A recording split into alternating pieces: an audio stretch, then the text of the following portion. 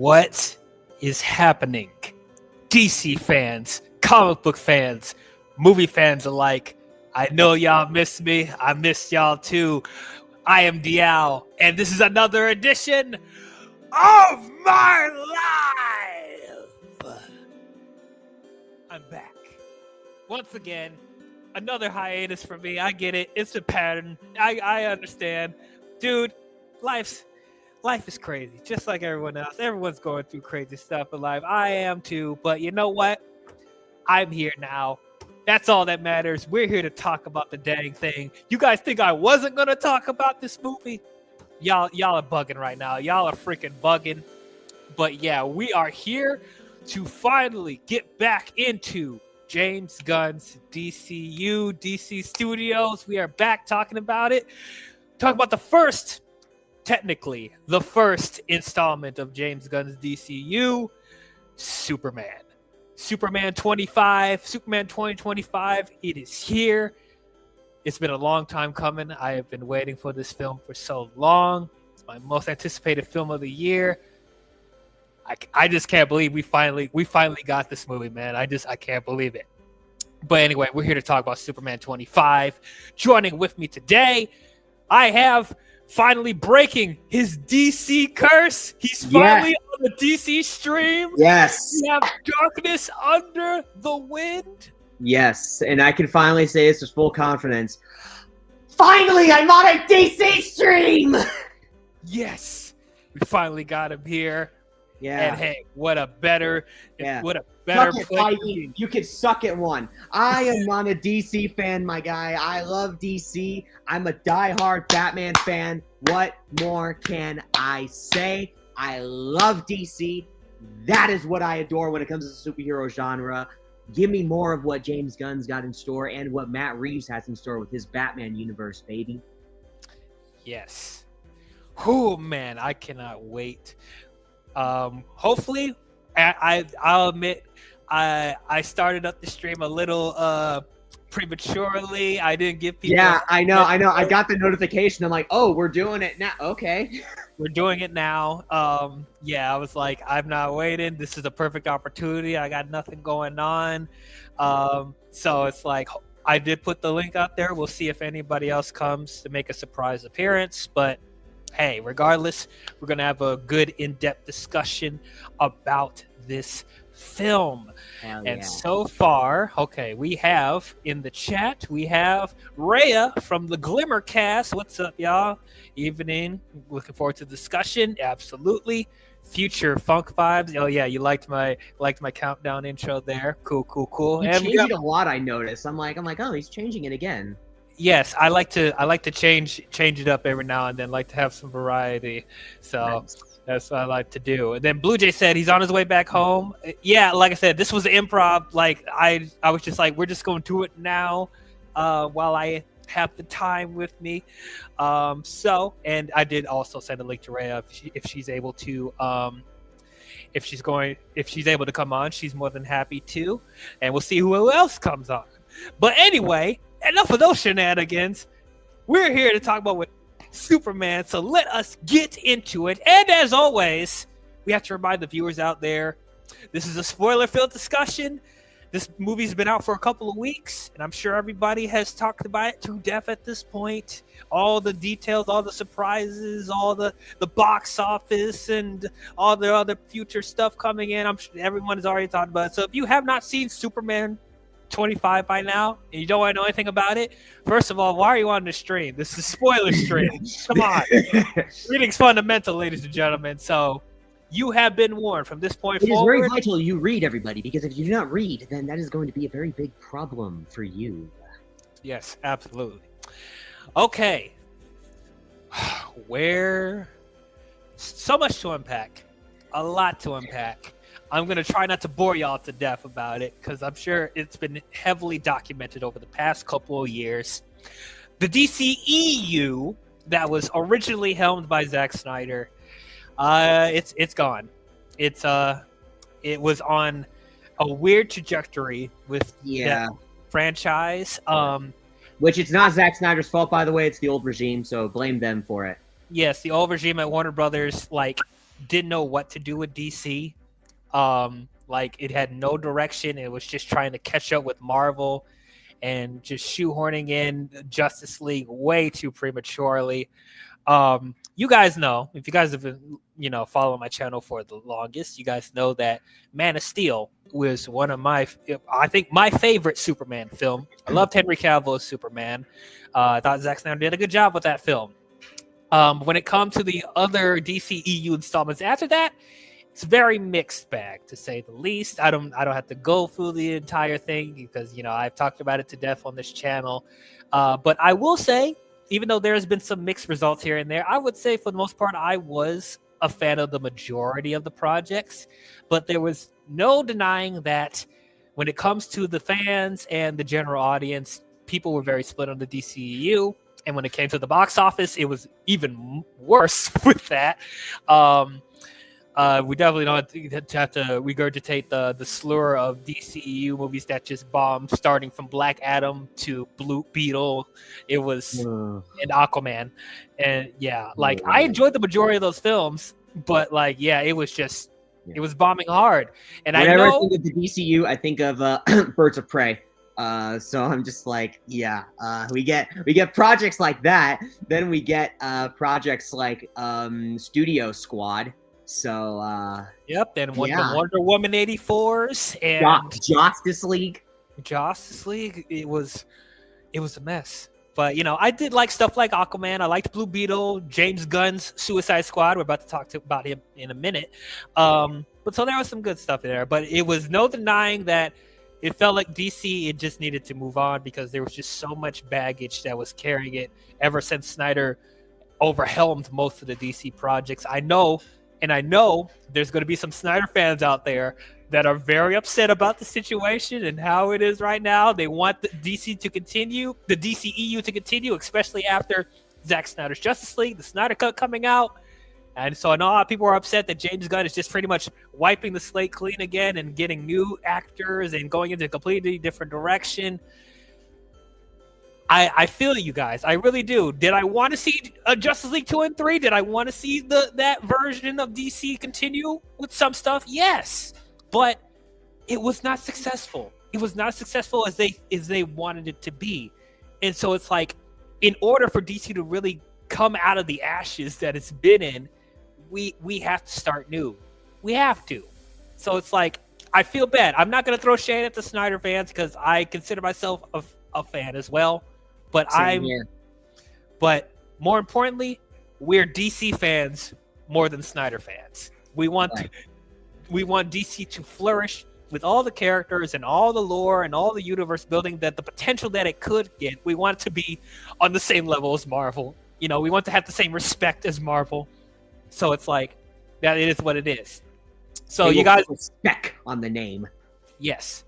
So you guys already know that James Gunn has been helmed along with producer Peter Safran to be the heads of the new DC studios. So DC is going to have his own studio. It's not going to have to worry about answering to other people at Warner Brothers. The only person they have to answer to is David Zaslav. But they have their own studio where they get to dictate what's being produced and what's being written as far as DC projects and all that stuff. Just like very similar to what Marvel Studios has at Disney.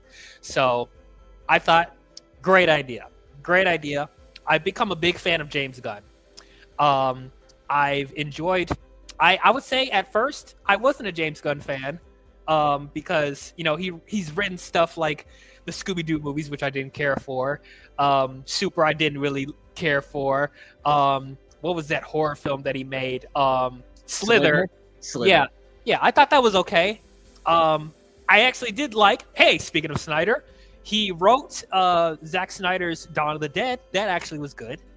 But until he did Guardians of the Galaxy, that's where I started to become a really big fan of his. I've enjoyed all of his movies ever since then. For all three Guardians films, I love his version of Suicide Squad. So good. So much better than the one that we got in 2016. And then he did Peacemaker, which that was a pleasant surprise. Peacemaker was really good. Yes, and I really enjoyed what he did with Creature Commandos. So, as far as him, as far as him overwhelming DC, I trust him because not only does he show that he understands his comics, but he's also a big DC fan. He grew up with DC. And so I have all the faith in the world that he will come in and actually give the treatment that DC needs.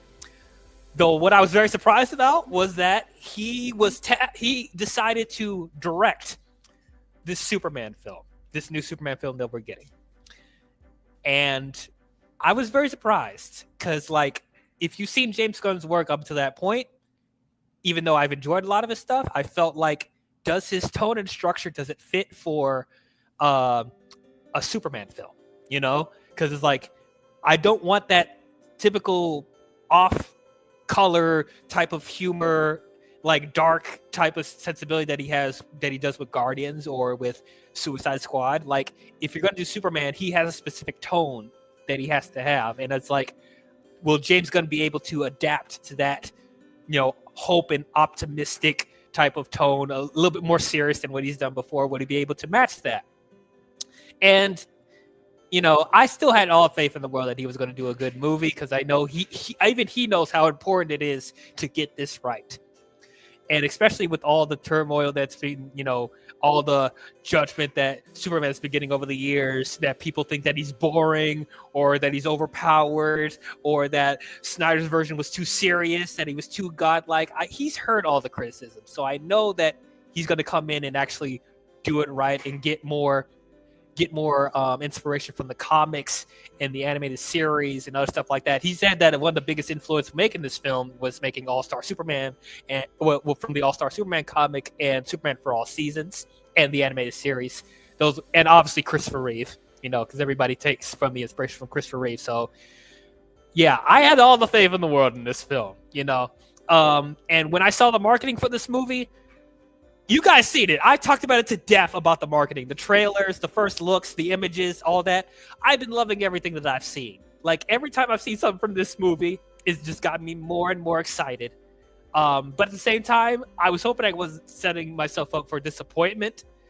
You know, because this is probably the most important film that not only James Gunn has to make, but one of the most important films for DC in general, because this is starting a new DCU after the previous version didn't work, and then also trying to bring back the audience that soured on DC, and then also trying to appease, well, I don't know if it's going to succeed to that, but appease most of the fan base of DC and Superman that seems to be all over the place, whether you're a fan of Snyder stuff, whether you're a fan of Christopher Reeve, whether you're a fan of his comic book stuff, whether you're a fan of the animated series.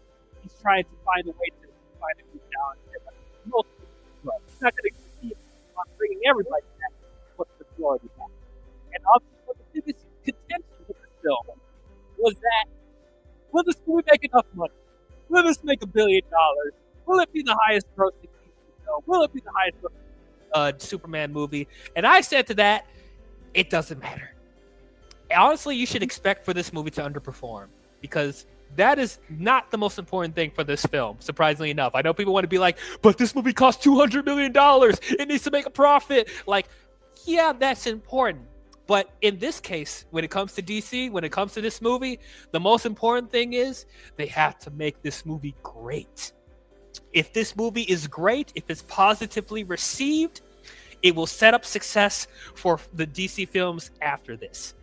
You know, it will make the other DC films will be set up to make more money and have more positive reception if this first installment is great. It needed to knock it out of the park. Honestly, this needs to be the best Superman film. I think, even though I love Man of Steel, I wanted this movie to be better than Man of Steel. I needed it to be on that level, man. Like, seriously, like, that's how high my expectations were with this movie, man. Because, like, as much as I love Man of Steel, like, this movie had so much on its shoulders as it is, and it's like, even I've been wanting Superman to be more. Even though I love Man of Steel, I think I needed more of that optimism. I needed more of that brightness. I need more of that hope. And, like, Man of Steel was in that direction, but once we got to the other films after that, it didn't strike that balance for me. you know. So it's like, as much as I love Man of Steel and I respect it for its own separate take, that it's more of an extraterrestrial story, that it had more religious allegory in it, I appreciate that. But it did not set itself up well for fleshing out a DC universe. Like, if it was a movie by itself, I would love it a lot more. But like, as it's setting up a DCU, it was messy. I know that the Snyder fans are like getting so sad and disappointed in me for saying that. But it's like, you can love something, but also acknowledge the criticisms. I think we've forgotten that. Like, either has to be the greatest thing in the world or the worst thing in the world. There's no in between, and I'm kind of tired of that. We need to change the narrative on that. Things can be good. Things can be okay. Things don't have to be perfect or horrible.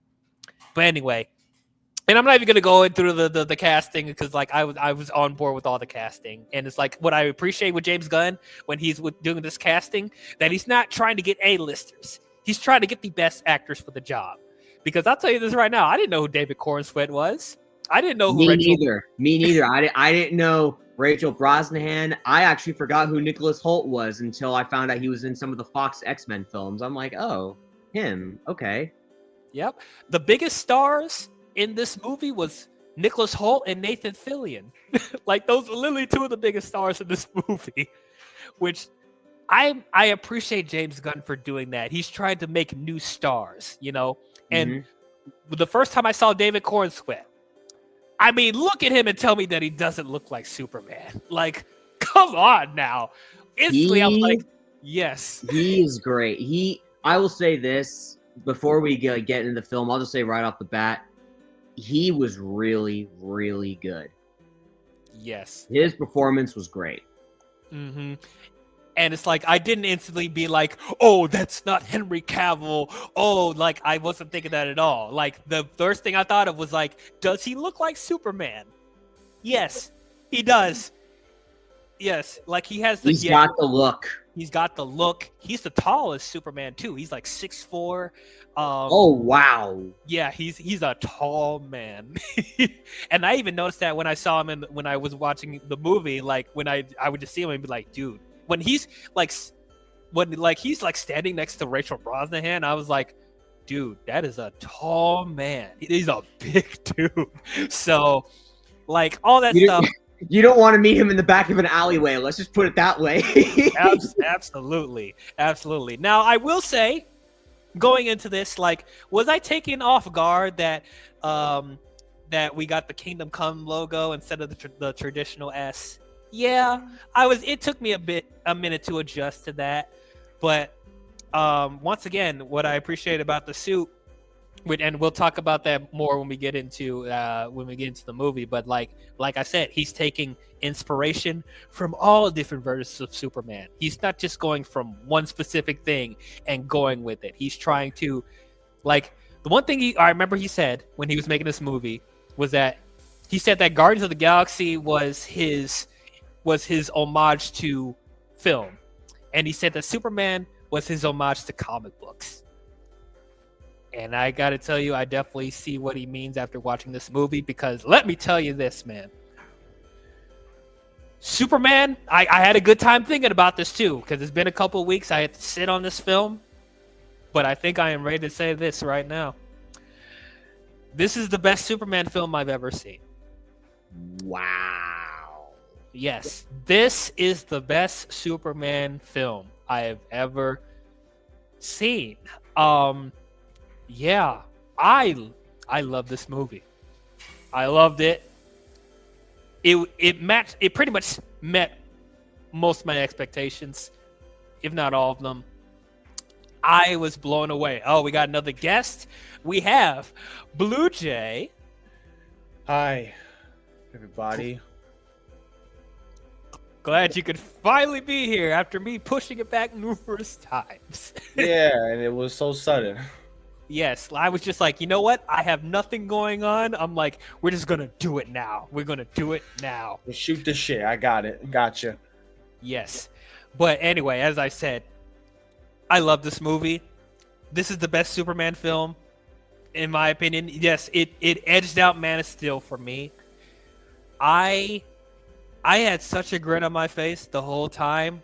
Like when he said that this was his love letter to comics, I felt it.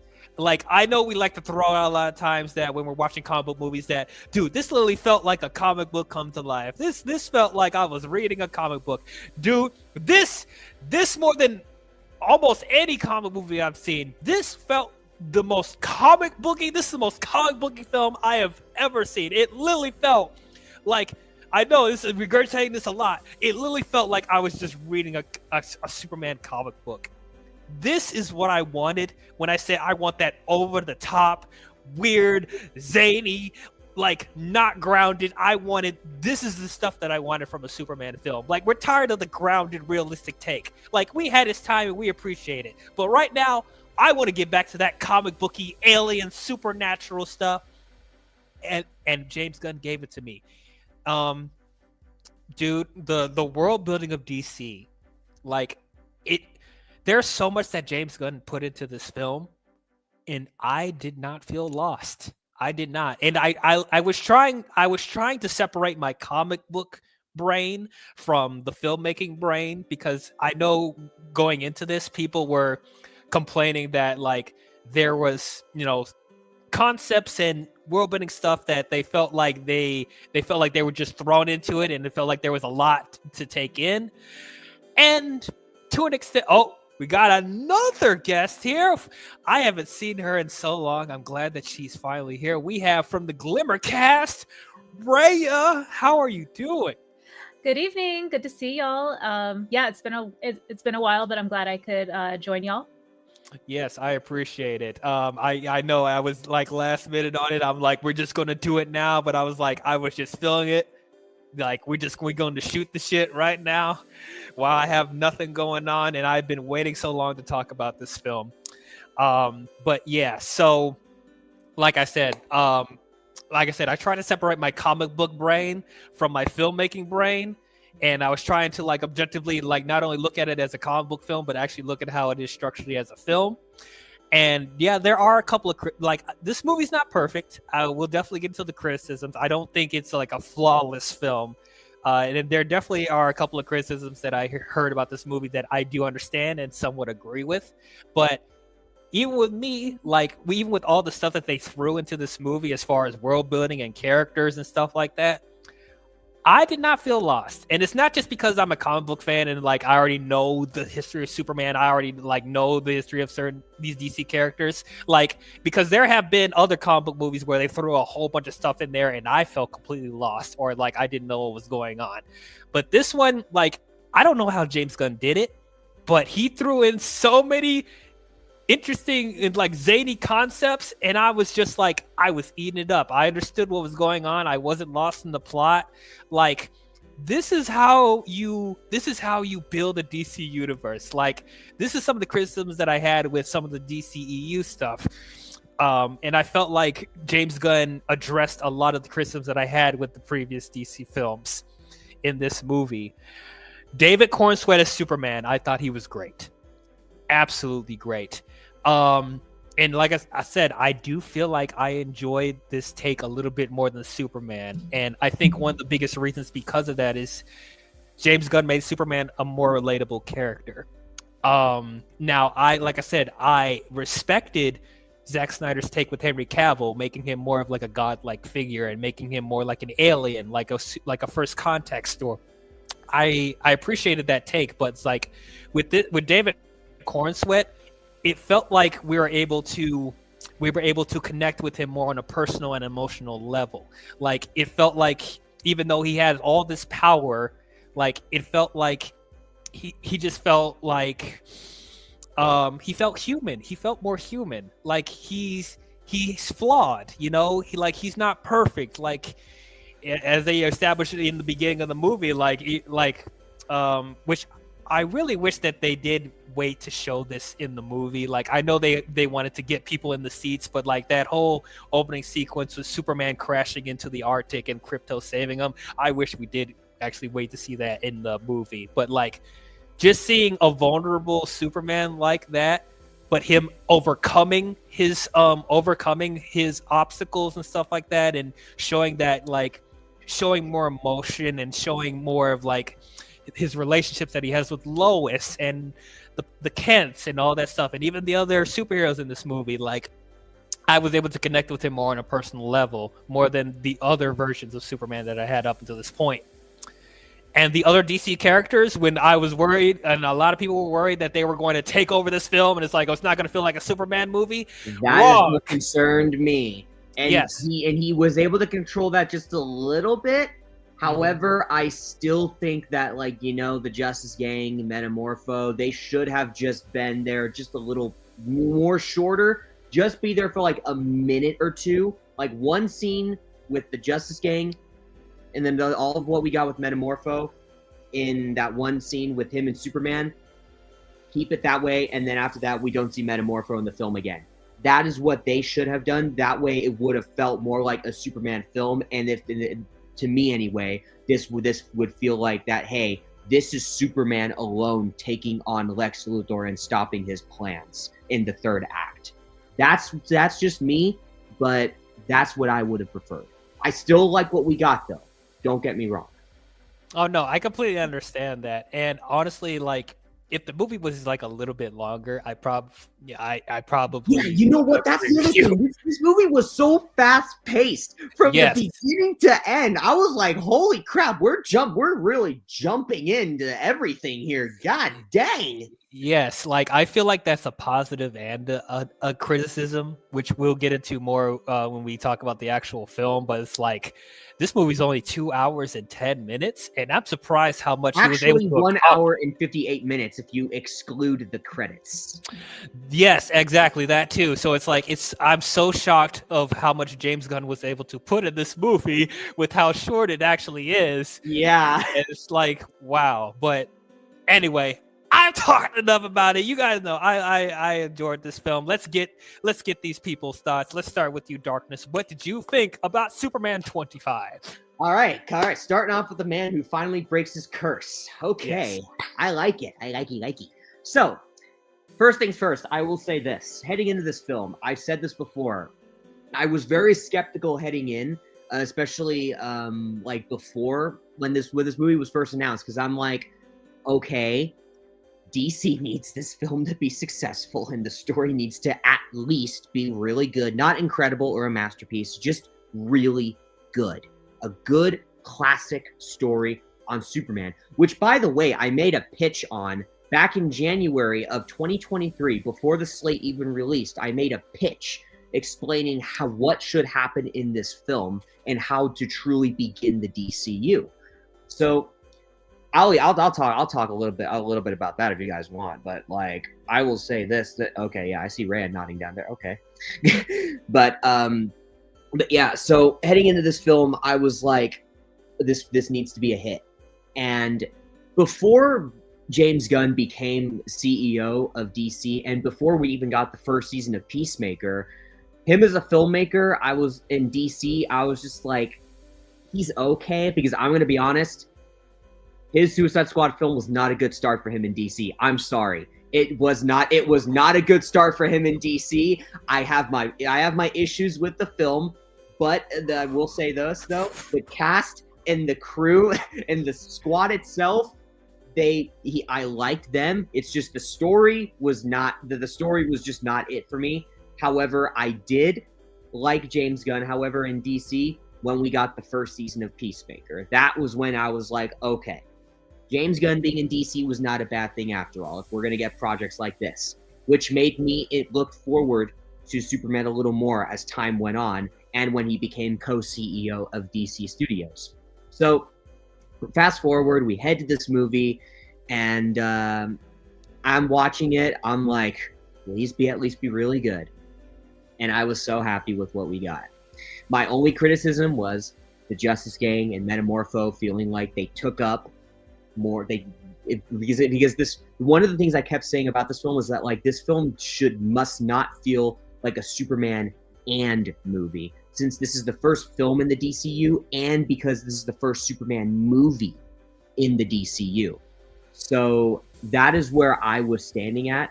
But overall, though, I mean, I could tell James Gunn really, like, as I'm watching the film, he really did not want the Justice Gang and Metamorpho to not be in the movie or interfere with Superman and with his arc and the story that this movie was telling at the same time. So I did appreciate that. However, I felt like it wasn't really enough, which is why it should have been like mitigated to just like, okay, the Justice Gang show up when we get to the kaiju scene between the kaiju fighting Superman. The Justice Gang show up there. After that scene, we don't see them again in the film. Same with Metamorpho. After the prison break scene between him and Superman, we don't see him again in the film. That's what I feel like should have happened in order to make this more centric on Superman and just to like establish, oh, hey, these characters exist. And we just get a taste of how these characters are, saving them later on for later DCU projects down the road. Maybe in this first chapter of the DCU, or maybe we're going to have to sadly wait till the second chapter, but who knows. But like stuff like that. And then I will say this. I said this before, David Cornsweet, great as Superman. Perfect casting choice. Rachel Brosnahan, she was pretty good as Lois Lane. I did like, however, and from what we got with the set photos and what we got from her, when we see her wearing the iconic purple dress, taking inspiration from Superman animated series and the Justice League TV shows. I dug that. Oh, yeah. I really like that they did that with her.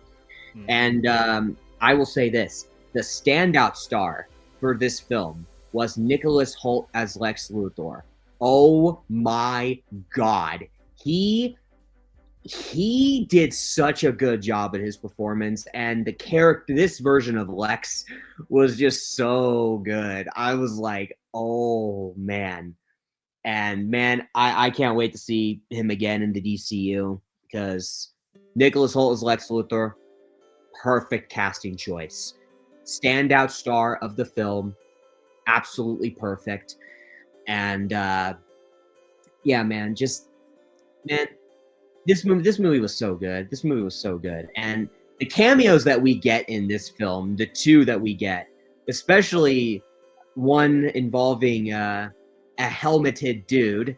I know. I'm gonna wait till like we get into that one. But like that one, I was like not expecting. I was like, holy crap! Okay, wow, we're really setting up things here. Okay, they were really world building here in the DCU already. Like in the second project in the DCU, because technically this is the second project, even though it is the true beginning. It is the second project because the official project we got was Creature Commandos, which was okay, if I'm going to be honest. But yeah, man, you know, I really enjoyed this film. Heading out, I was like, I'm really excited for what the DCU is going to bring, and I trust James Gunn. I trust everything that we're getting in the DCU.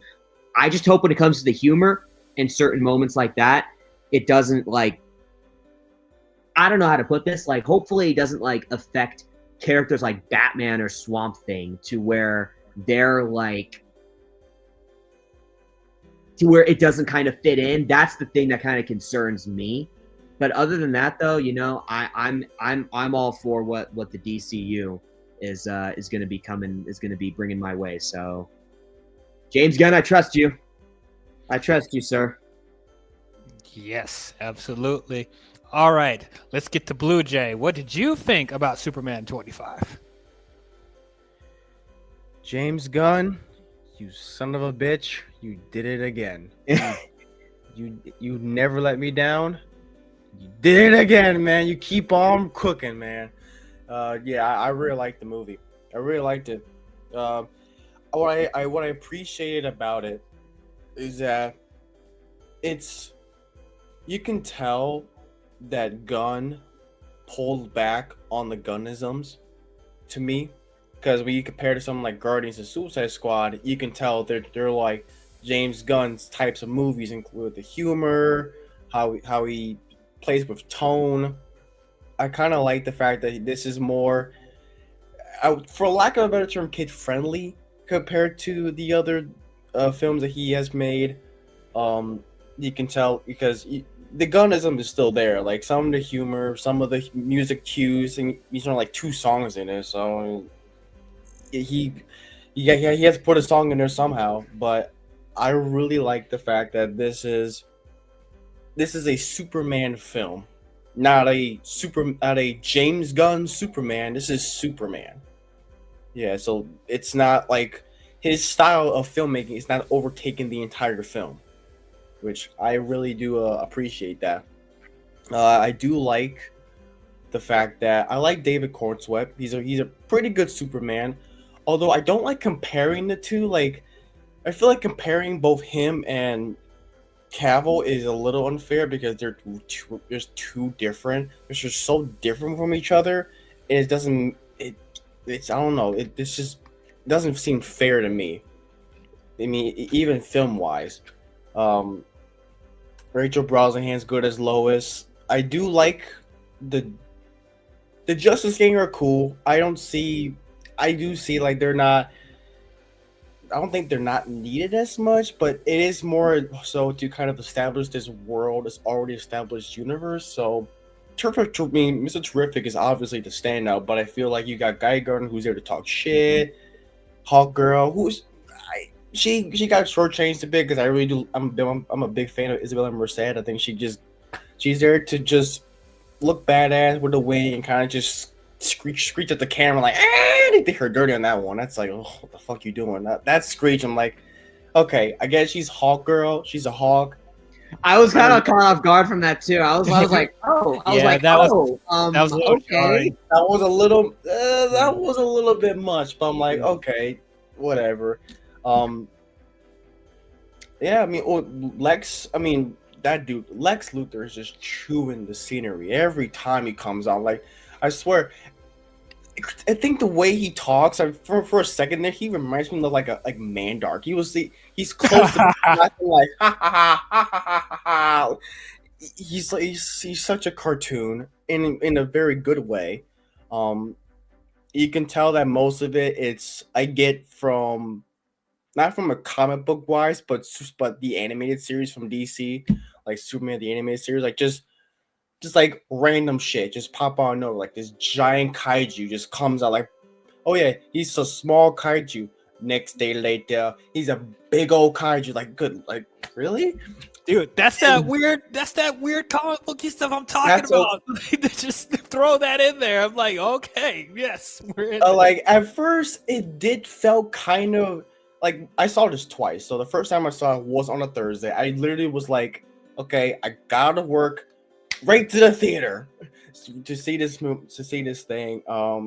It did felt like a little overwhelming because there was so much shit that's going on. Like, literally, the first thing you see, Superman going out the Arctic, rise up from the sun healing him, and then boom, he fights the Hammer of Bravia. I was like, what the fuck? Okay.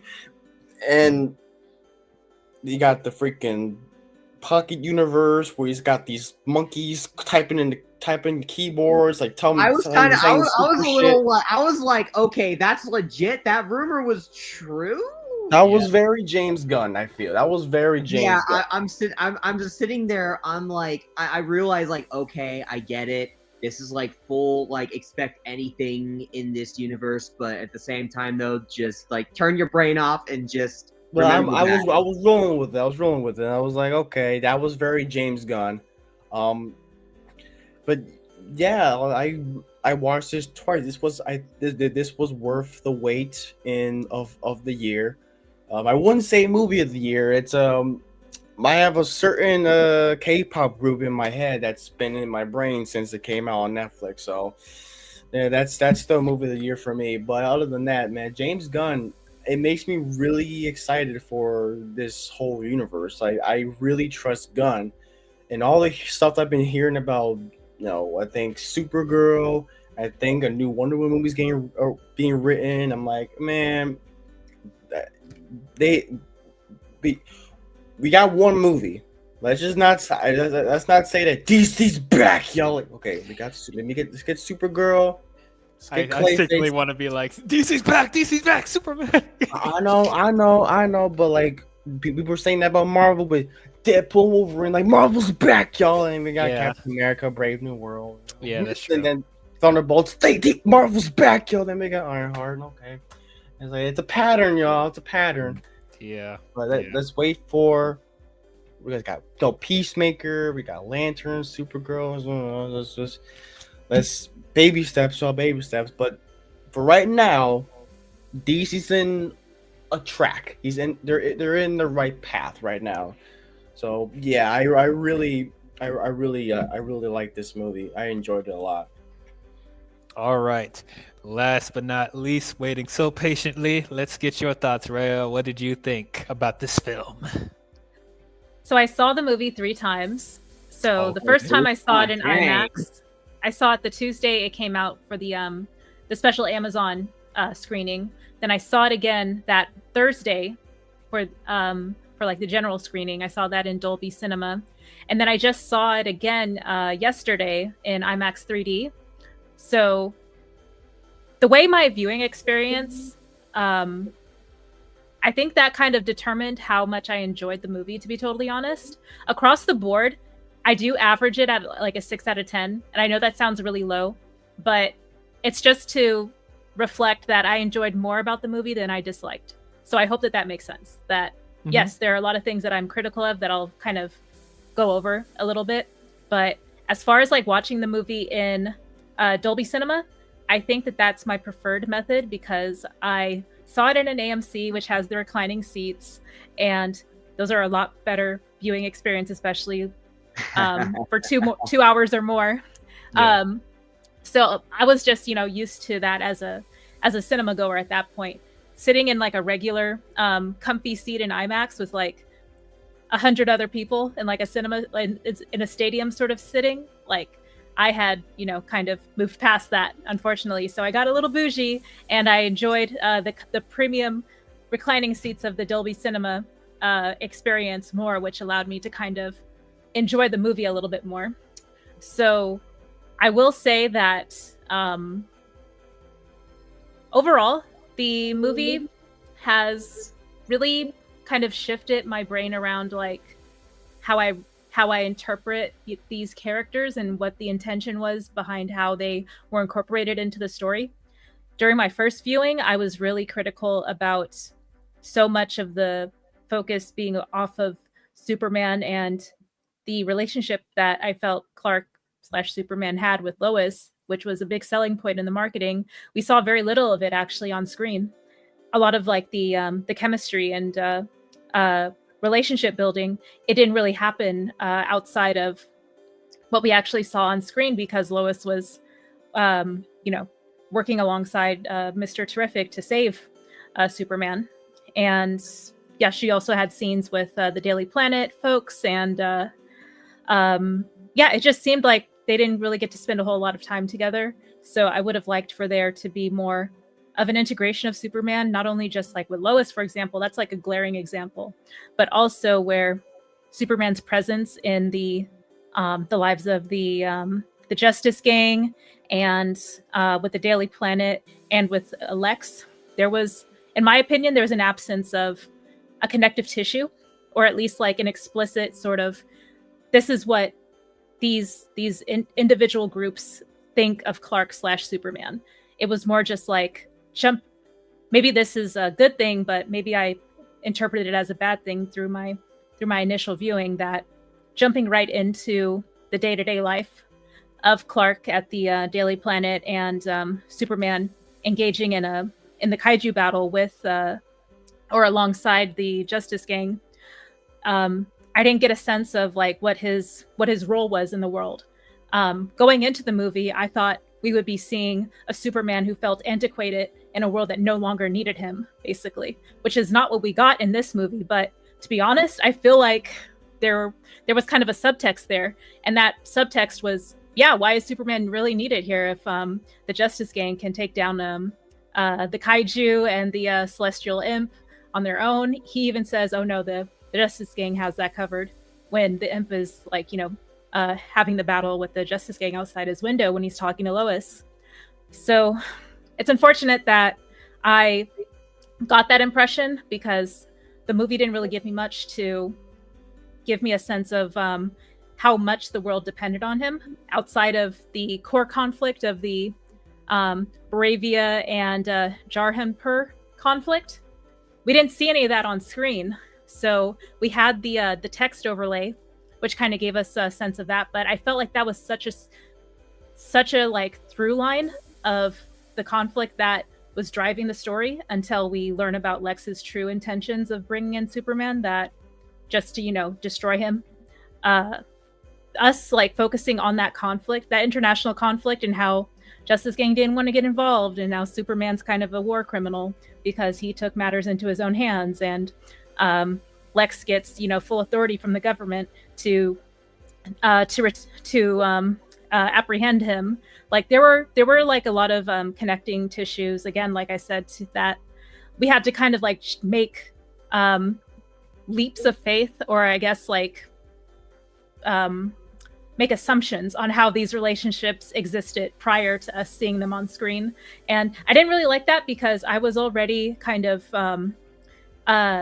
not convinced about the ensemble size of the cast being able to uplift this Superman film, because I felt like, I even still feel this now, like, why do you need you know, a platform for Superman to stand on with all these superfluous characters? Like, Superman is the platform. He is the reason why we're there. So right. Yeah.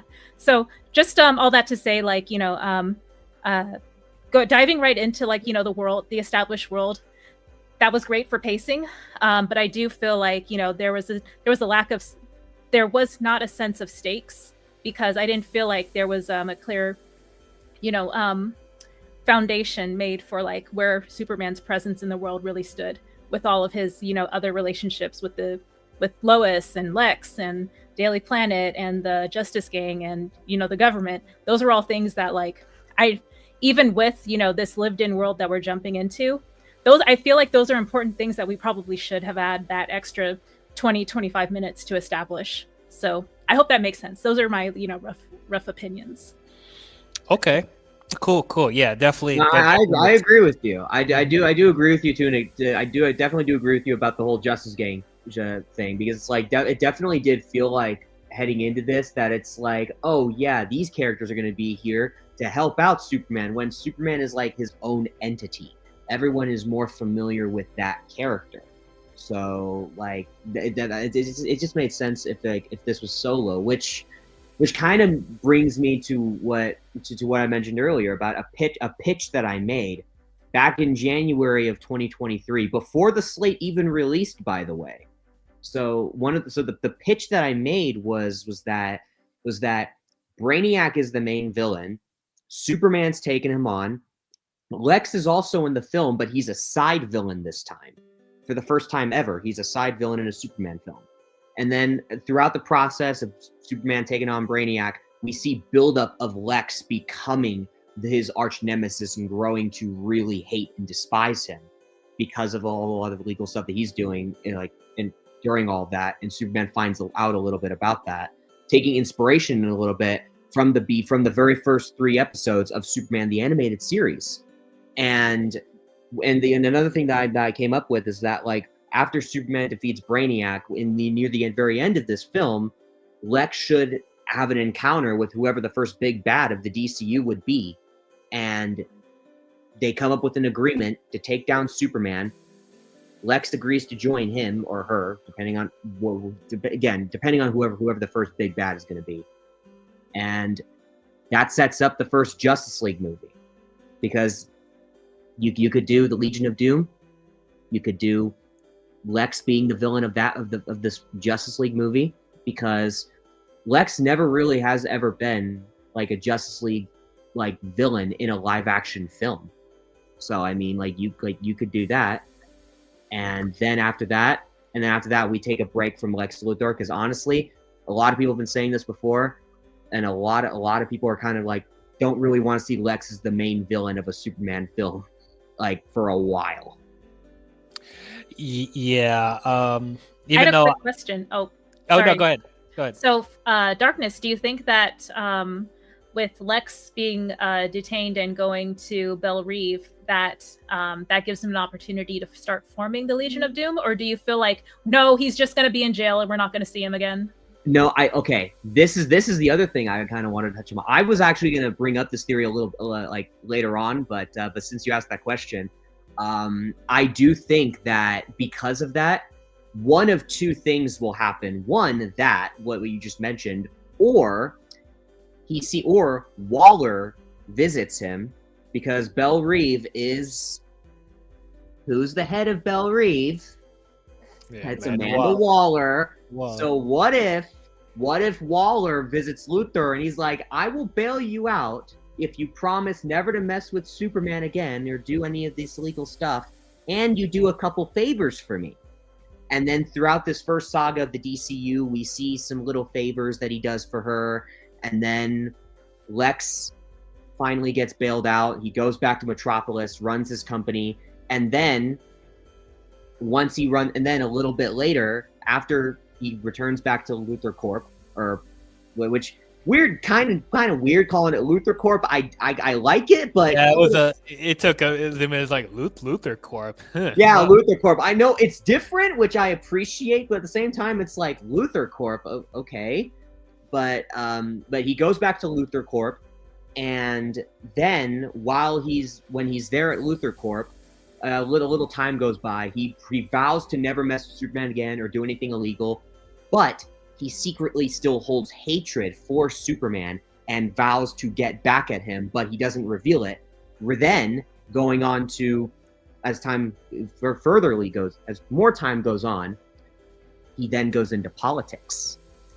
And then from there, you set him up not to be the big bad of a Justice League film, but you build that up for the next saga of the DCU. So not chapter 2 or chapter 3. I'm talking the second saga entirely. Like the next saga after this. Kind of like with like Infinity Saga, you have a multiverse saga, kind of like with the MCU. But so next saga, it would be Lex Luthor, not as a villain of just a Superman movie, but the big bad of the next saga. And it would be revolving around him being president. And you can take inspiration and the buildup of what went down of, let's say, in Justice League Unlimited. You can take the buildup that we got to the final 4 episodes for the second season of Justice League Unlimited, because there was a lot of buildup heading into those final 4 episodes for the second season of that show. And you can and that shows proof right there. You can do that, especially if it's a saga long, like big bad level threat. You can do that. And I have full confidence that they could do that, especially if they actually really do fully commit, not just to what I just said, but like to the idea of Lex Luthor being the second big bad of the DCU. And if it does revolve around him, well, I mean, it would have to, should they actually pursue the route of him wanting to be president. They make him the big bad of the DCU. And on top of that, you can even like add in some more inspiration from the Justice League shows because of how Lex Luthor kind of becomes president in a way, taking inspiration from an alternate Earth where Superman goes bad and he kills President Luthor.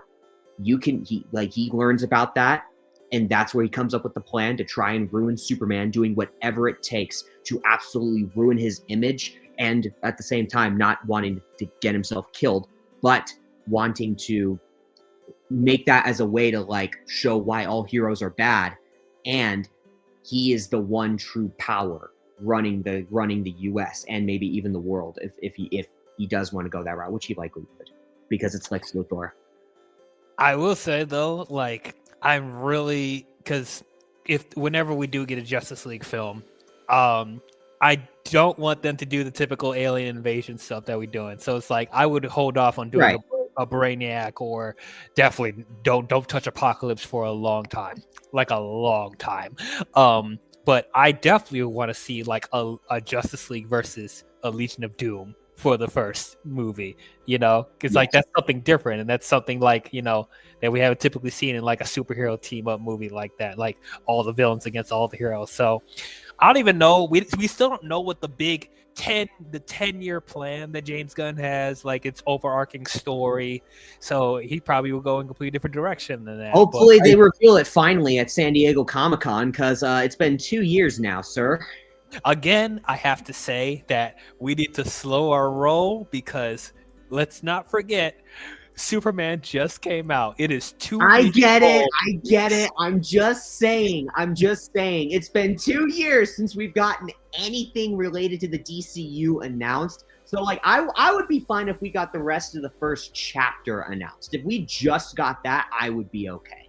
Yeah, don't pull a Marvel and be like, we're gonna announce a whole saga and just fuck every plan up. Not the whole saga. Just well, you just asked, like, what's the whole chapter? OJ announced the whole chapter. You just said that. the whole chapter. I'm not talking the whole saga. I'm talking the whole first chapter, because James Gunn did say there's like 10 more projects that are like coming in this first chapter. So like, yeah, the chapter is the okay. Never mind.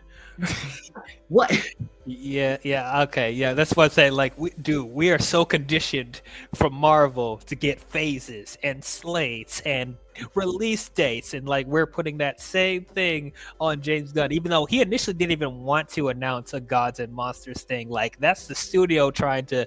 David Zaslav trying to be like, let's just put something out there so people will be excited about it, even though I know he wasn't ready, fully ready when he was. Yeah, like that slate was announced because of Zaslav.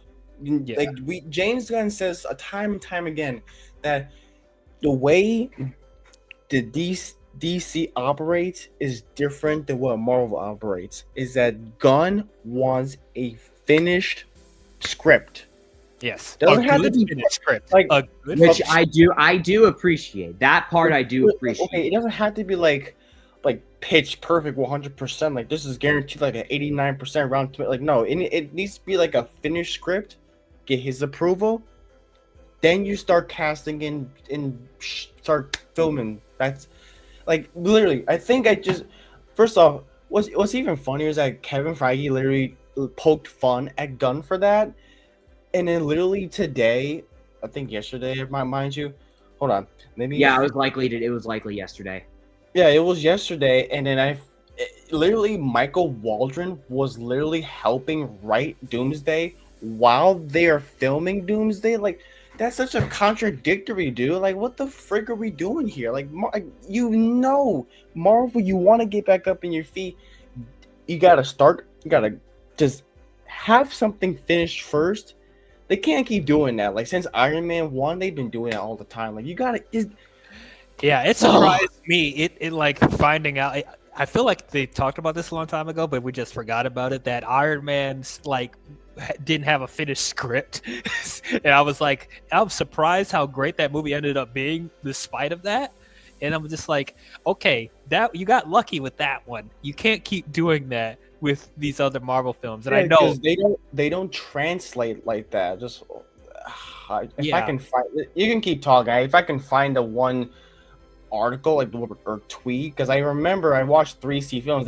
They posted that. I was like, oh yeah, they hired somebody to help write the script, help write the Doomsday script while they are filming. Like, guys, this is not a rocket science. Like, pull a gun, not a Feige.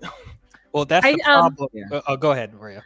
Yeah, I was just gonna say, I don't necessarily think that it's as black and white as finished script, non-finished script.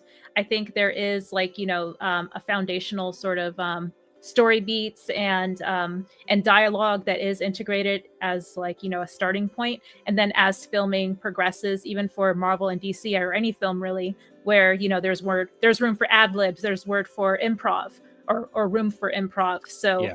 I will say that to give Feige some credit and to give Gunn kind of a way out to kind of still say, yeah, we need a finished script, or even with Feige having to work with kind of a dynamic living script during filming. I think that's true on both sides to an extent, because having just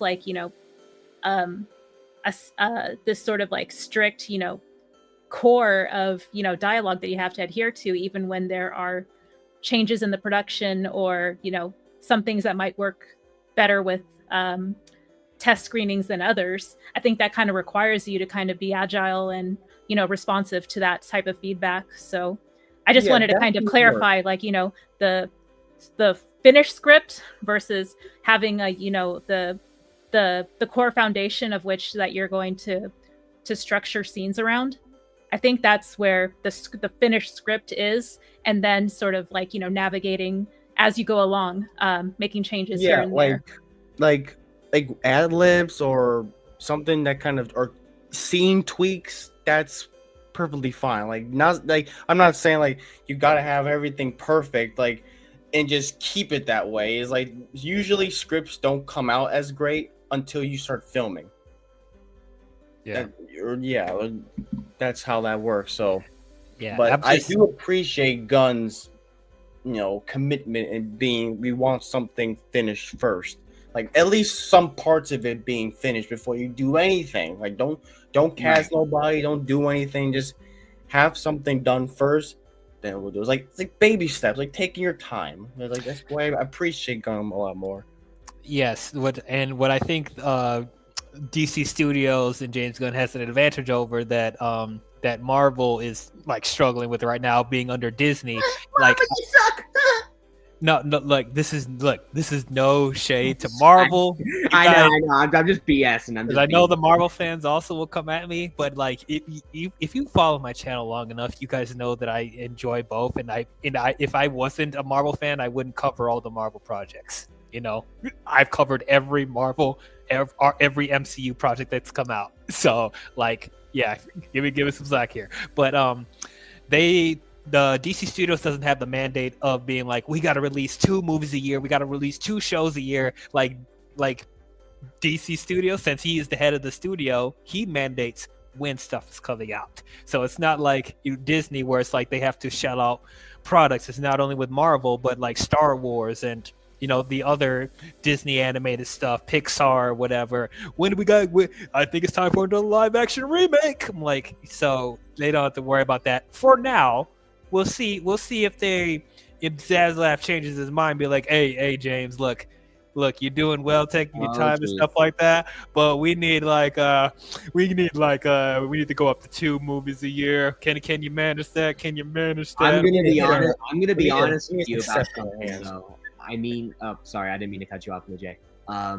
But I will say this real quick. That's some issues that the DCU possibly facing,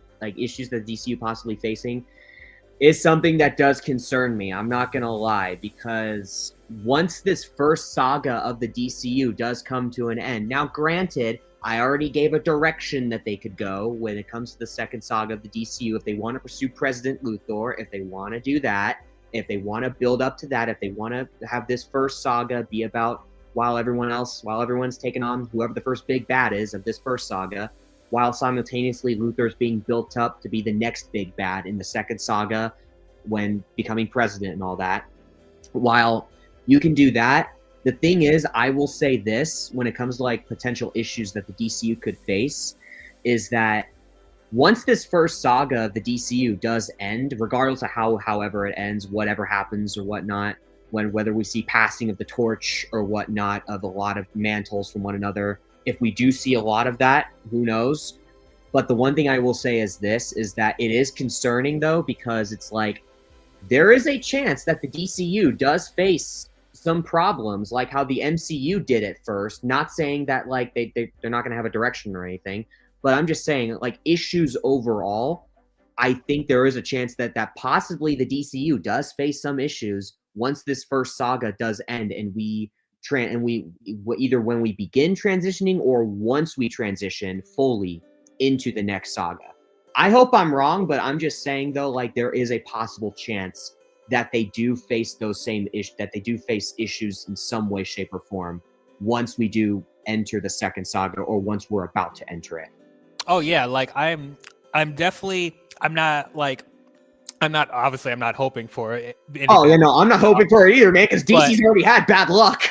Yeah, exactly. But like, if DC is going to last like for many, many years, there is going to be at least a couple projects that don't hit as well. Like that's going to happen.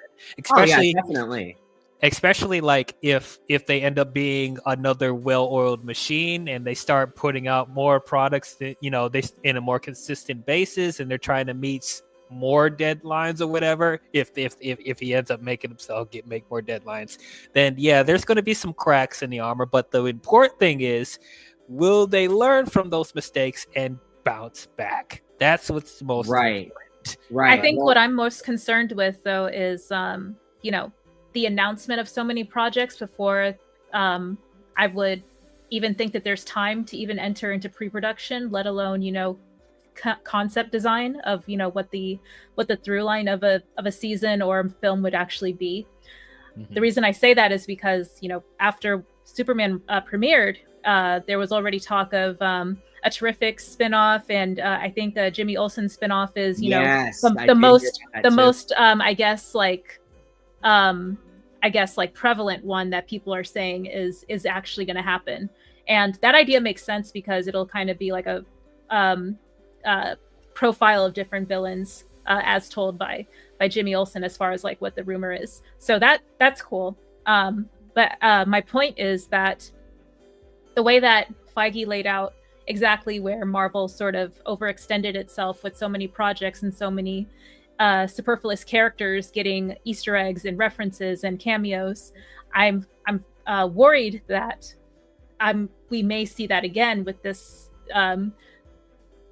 exorbitant amount of characters that we're being introduced to, and now pocket universes, and now the prospect of having other shows that are going to throw even more character introductions to us, like in the form of villains, or even like the Justice League International having references on the mural to existing or past heroes. So I'm a little justice. All of those things sound really good on paper. It's just that in theory it should have worked for Marvel because they're the blueprint, but they are kind of backtracking and realizing, oh yeah, we bit off more than we could chew, even as the industry leader. So with Gunn, I kind of see that I'm making assumptions about his personality type, but he seems like someone who's like, oh well, I'll do much better because I know exactly how to do it, and this is where other people failed at it, and this is what Marvel was doing wrong, and we're not going to do that. So I'm like, okay, I get that.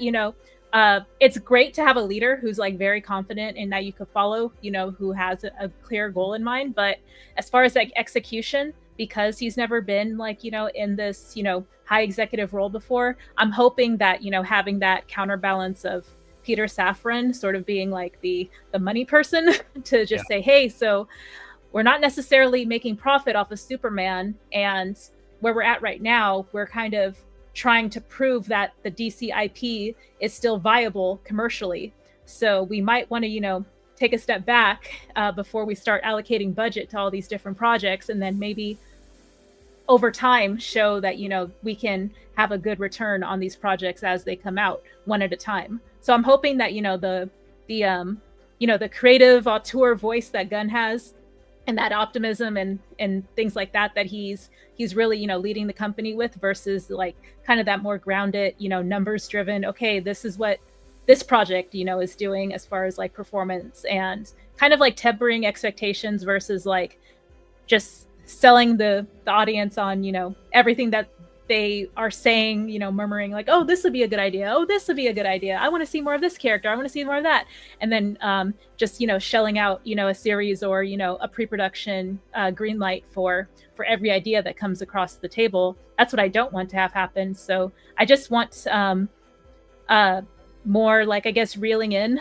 as far as like enthusiasm of different ideas coming out of the DC news cycle, and then just giving us more updates on what is happening immediately, like within the next year, leading into post Supergirl and post Clayface, because I'm not even sure if Clayface is even in production yet. I think it's still in the writing phase. Mike Flanagan is still working on the script, as far as like the article from James Gunn indicated from a few days ago, I think. So that's even still like, that was greenlit, but the script is still in draft phase. So that's what I'm saying, is that like, although all these other projects have been greenlit and are on like the conveyor belt, they're still figuring it out their stuff as well. So who's to say, like, down the line, like, we can't already be looking past all these projects when the ones that we did for sure say yes to are still,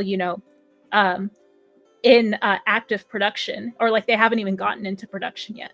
So that's what I'm concerned about, is just like, hold your horses. We still have to, make it past the starting gate. Yeah, that's actually a really good point, and I actually agree with you on that. I'm surprised about that too, about Clayface, because I thought like they had a script already and they were over the moon about it, and that's why they greenlit it, because that originally wasn't part of the plan, right? So it was like, was it just the pitch that they were crazy about, or it was rewrites? Yeah, it was rewrites. Huh, that's okay. That's very fascinating. Okay. Okay, well, maybe it's because like they weren't sure if this was actually going to be in the DCU, or was it going to be its own thing? Are they trying to do rewrites to make it try to incorporate it more into the DCU? Yeah, that's what happened. It was originally supposed to be in Matt Reeves' universe, and then it switched over to DCU. Oh wow, that is interesting. Okay, so I'm wondering if it's going to, even though it was a very small amount of him, I'm wondering if they're going to add on what we already seen from, spoilers, what we see from Clayface and Creature Commandos or something like that. Is it going to be a prequel? Is it going to be a midquel? Is it going to take place afterwards? Because he allegedly died in Creature Commandos, but I'm sure he can come back from that. He's a clay monster. Yeah, so. he's not going to die. You can't kill him. Bing. Filming for Clayface begins October 1st. Okay, so I googled it. Just don't quote me on it. I don't know. I don't know. You know what else is supposed to start filming in the fall? The What? Batman 2. Oh yeah, that movie's coming. That's right. Yeah, we ain't get that film till like, we ain't getting it till like 2027, 2028.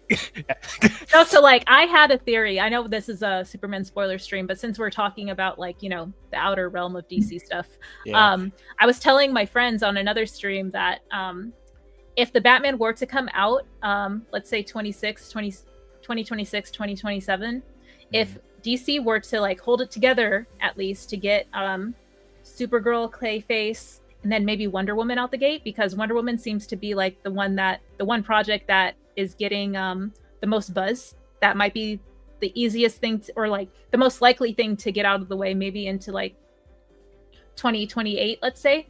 That could buy them some time in between the Batman Part 2 and then them getting their own DCU Batman out the gate. So that's what I was thinking, is that like there does need to be some sort of, gap between the two, I would think. So if they were to like add in more of like these tentpole projects, especially like with Wonder Woman, then yeah, I can see that, being a good move on their end. Yeah, which bring me back to another thing that she brought up about announcing these movies before they actually have a concrete script or a concrete like direction or production date or whatever, which once again, like, I don't fully put on James, because I think he was pressured by Zaslav to show some stuff. But it's like, that's one of the things where it's like Zaslav needs to get out of their way when it comes to that.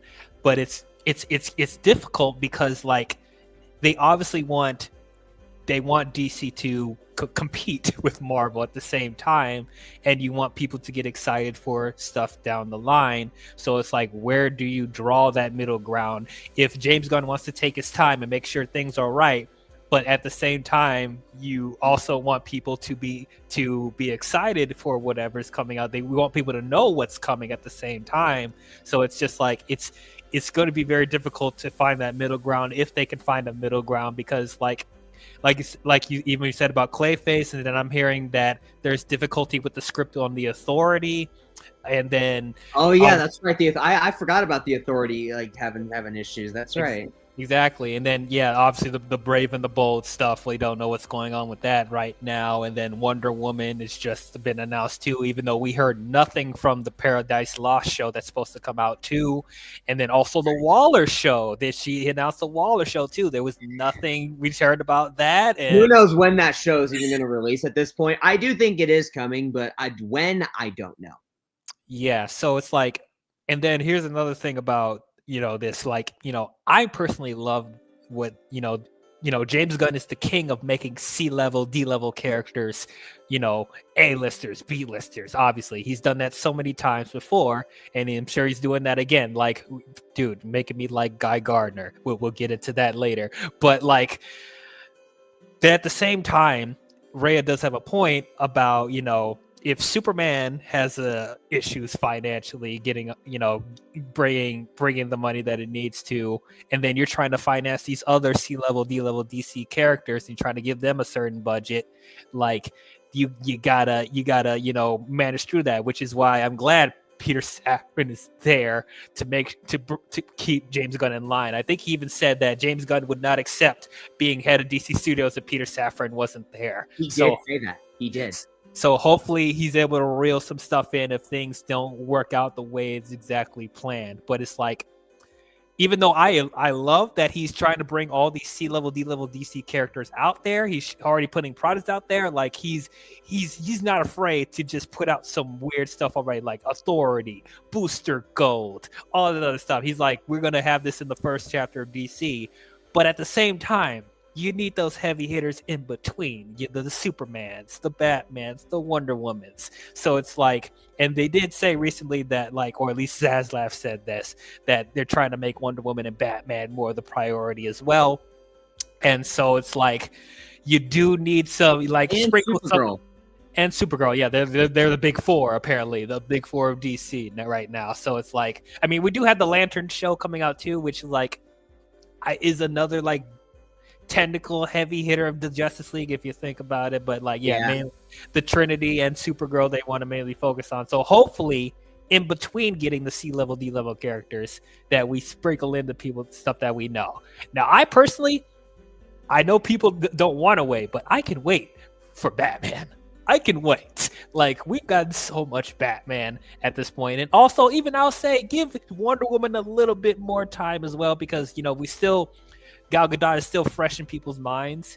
And so, like, I want to see what this Paradise Lost thing does, And if Matt Reeves gets his stuff together with Batman too, I guess, even though I'm more interested in Brave and the Bold personally, I just want to see the Bat family again, and I want to get more of that comic booky Batman. I appreciate Matt Reeves' version, but like, dude, I'm done with the grounded stuff, man. I want the comic booky stuff. I want the over the top stuff that that I used to love with watching animated series and stuff like that. So we'll see how that goes. But like, yeah, there definitely needs to be a balance with that. So the question, actually getting into the movie now, because we talked about the whole DC universe as a whole, which is technically ties into everything with this movie. But like, overall, how do you guys feel that he just threw us into an already established universe where 300 years we've getting a bunch of heroes and other people in the universe, that he's not holding your hand when it comes to the Superman origin, which most people will know the Superman origin by now, but like, he's not trying to show the origin again.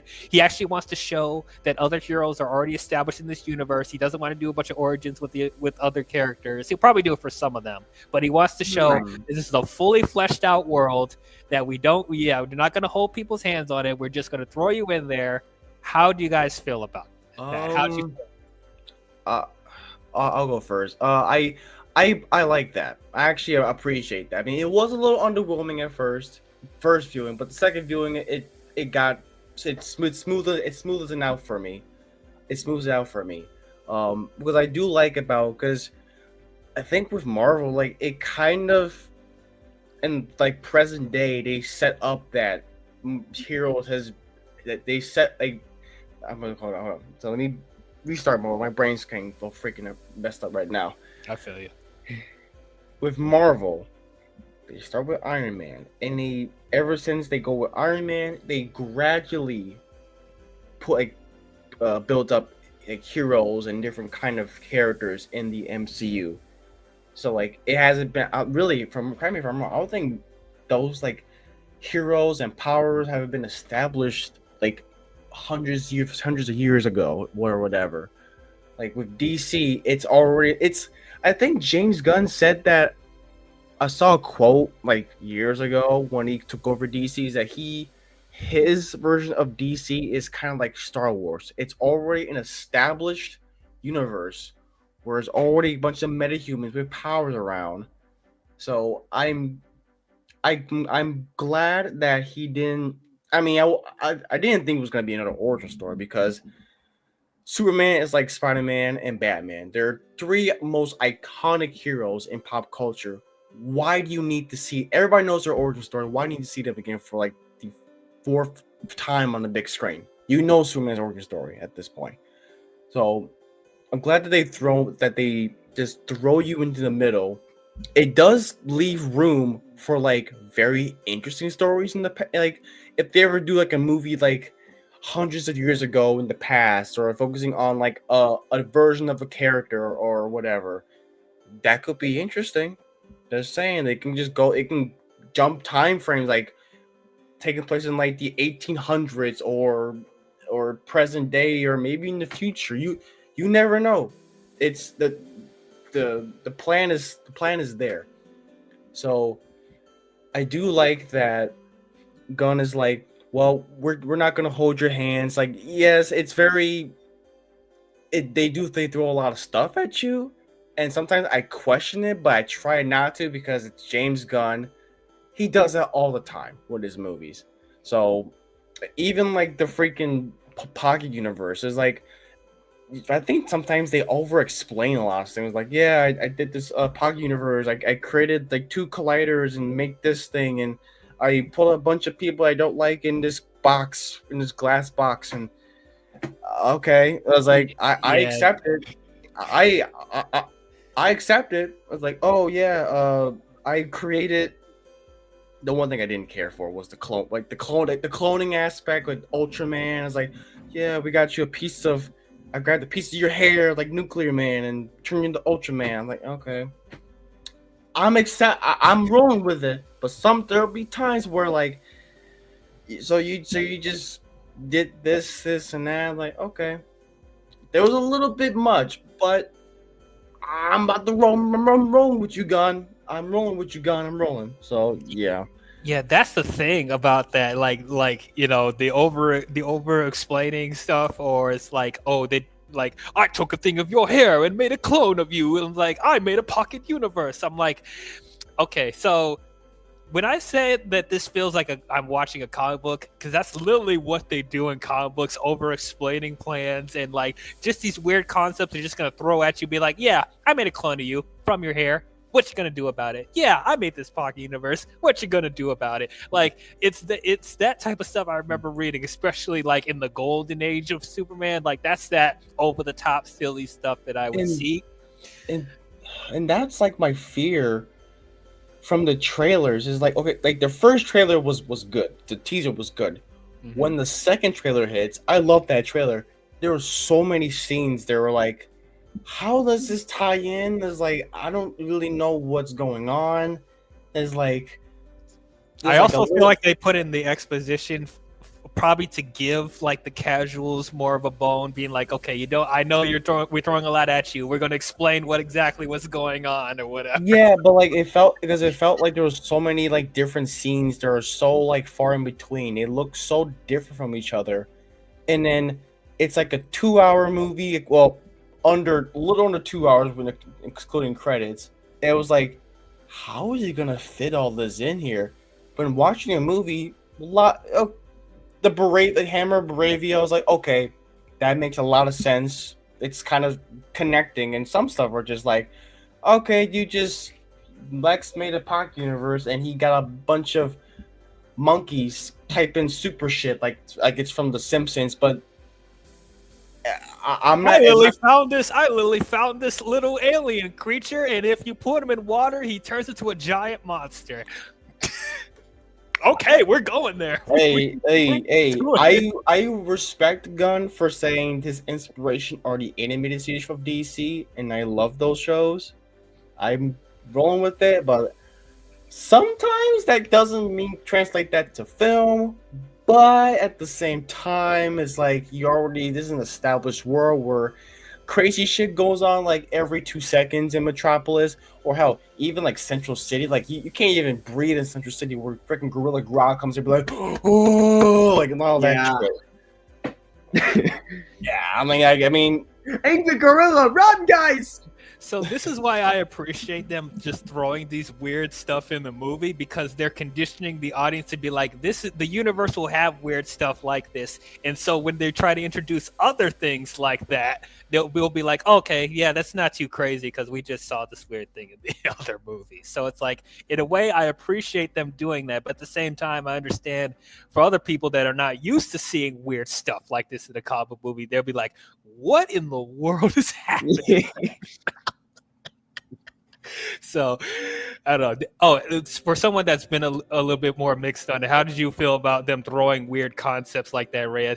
Were you like, oh my god, what is going on? Oh, is this too much? What is this weird stuff going on? Did you feel that way? Yeah, like now that I'm thinking about it, there are a lot of moments, especially like with the two countries going at war with each other, and the celestial imp and the kaiju battle, and generally the citizens of Metropolis somewhat being used to, I guess, like a lot of like these threats happening in their city, to the point where like they're already like they have their luggage ready to go to escape the city. So there are things like that where I'm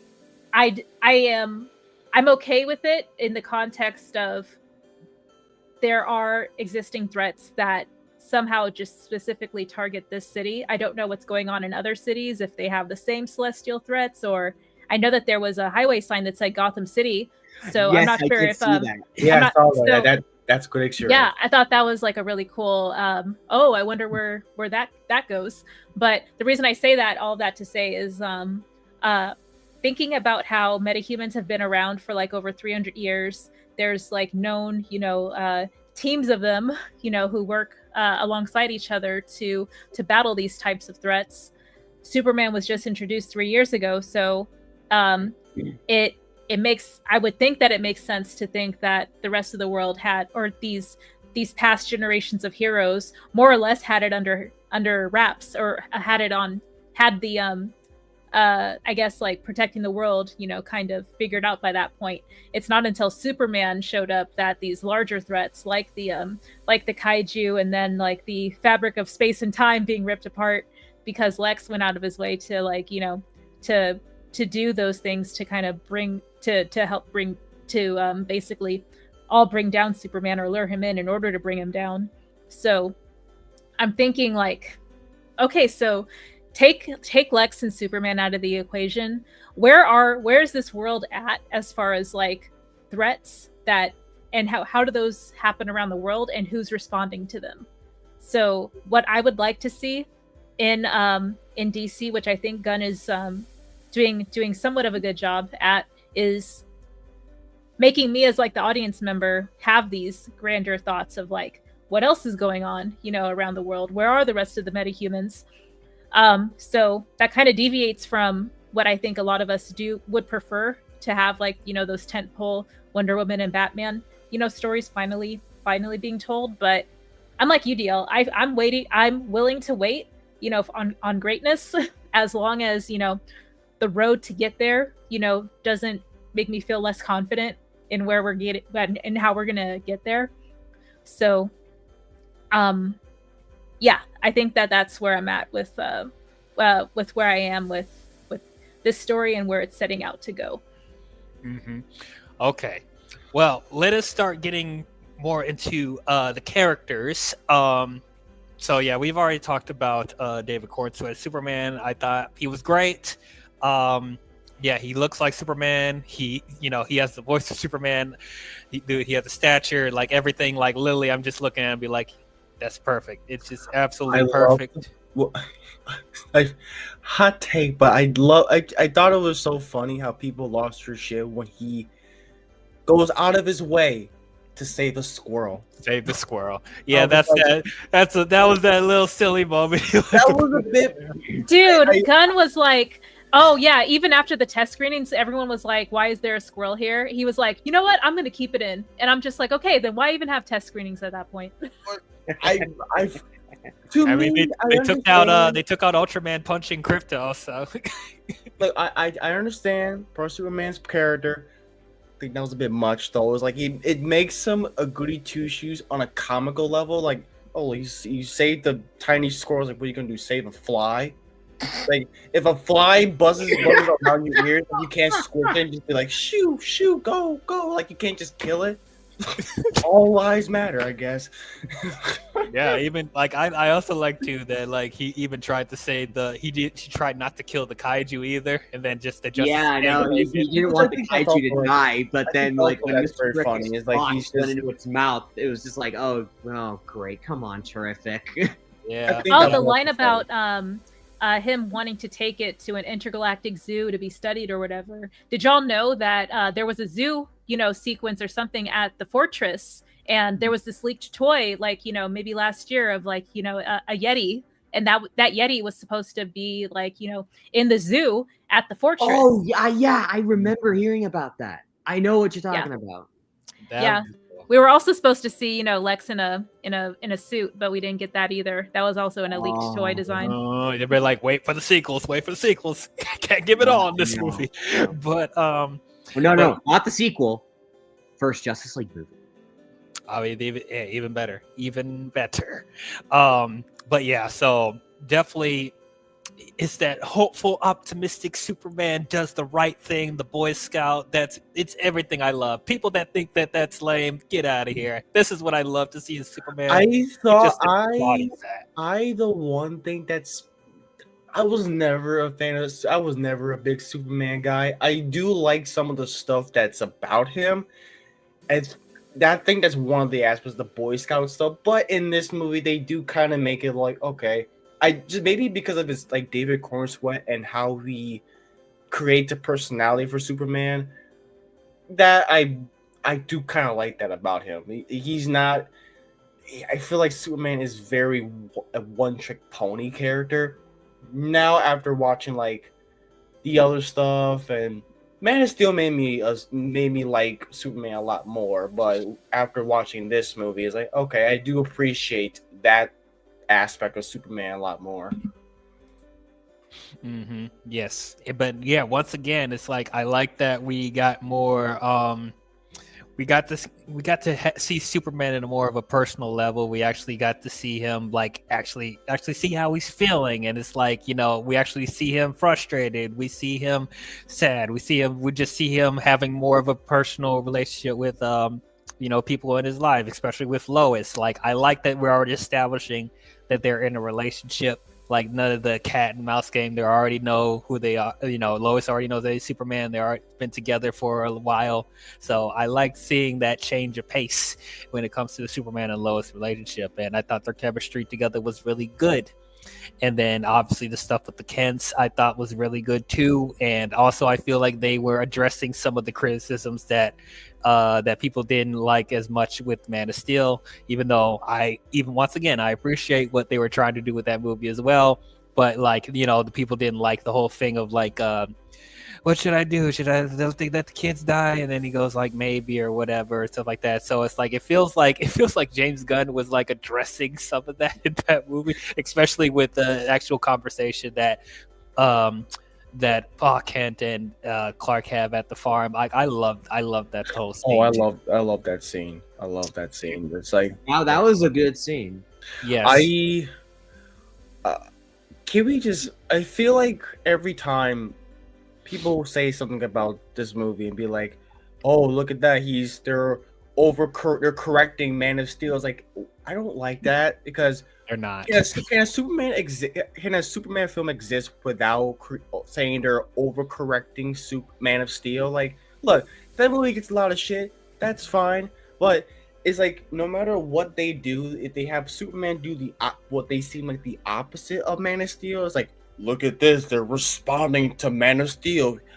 Superman doesn't do that. It's like, I don't like. Come on, dude. Like, those are completely different movies. Like, I feel like Man of Steel broke the people's brains so much because of like this is not what Superman's supposed to be. It's like he can do anything. I was like, oh. Dude, this is the character that's been around for 80 years. Like you gotta have some room for some changes here and there. Yeah, like, and I like Man of Steel. I do agree with you there. Like you gotta have room for like some adjustments, some changes, some takes. It's funny how people were complaining about Man of Steel when it came out, and then complaining about this film, and those fans of Man of Steel. It's just so fucking hilarious. yeah, I so love it. yeah, and I really try not to do like comparisons with this and Man of Steel. I'm addressing a couple of them because I know it's been a lot of people who have been talking about that some stuff with that. So it's like, and this comes from someone who loves Man of Steel. I still love Man of Steel, even though I enjoyed this more. I still love Man of Steel. That's not going to stop me from watching that from time to time. You know what this film, Man of Steel has over. I do like the music in this movie. Now it's playing the same. I'm a punk rocker, yes I am. Well, the songs, yeah, but the score, the actual score, I like the score.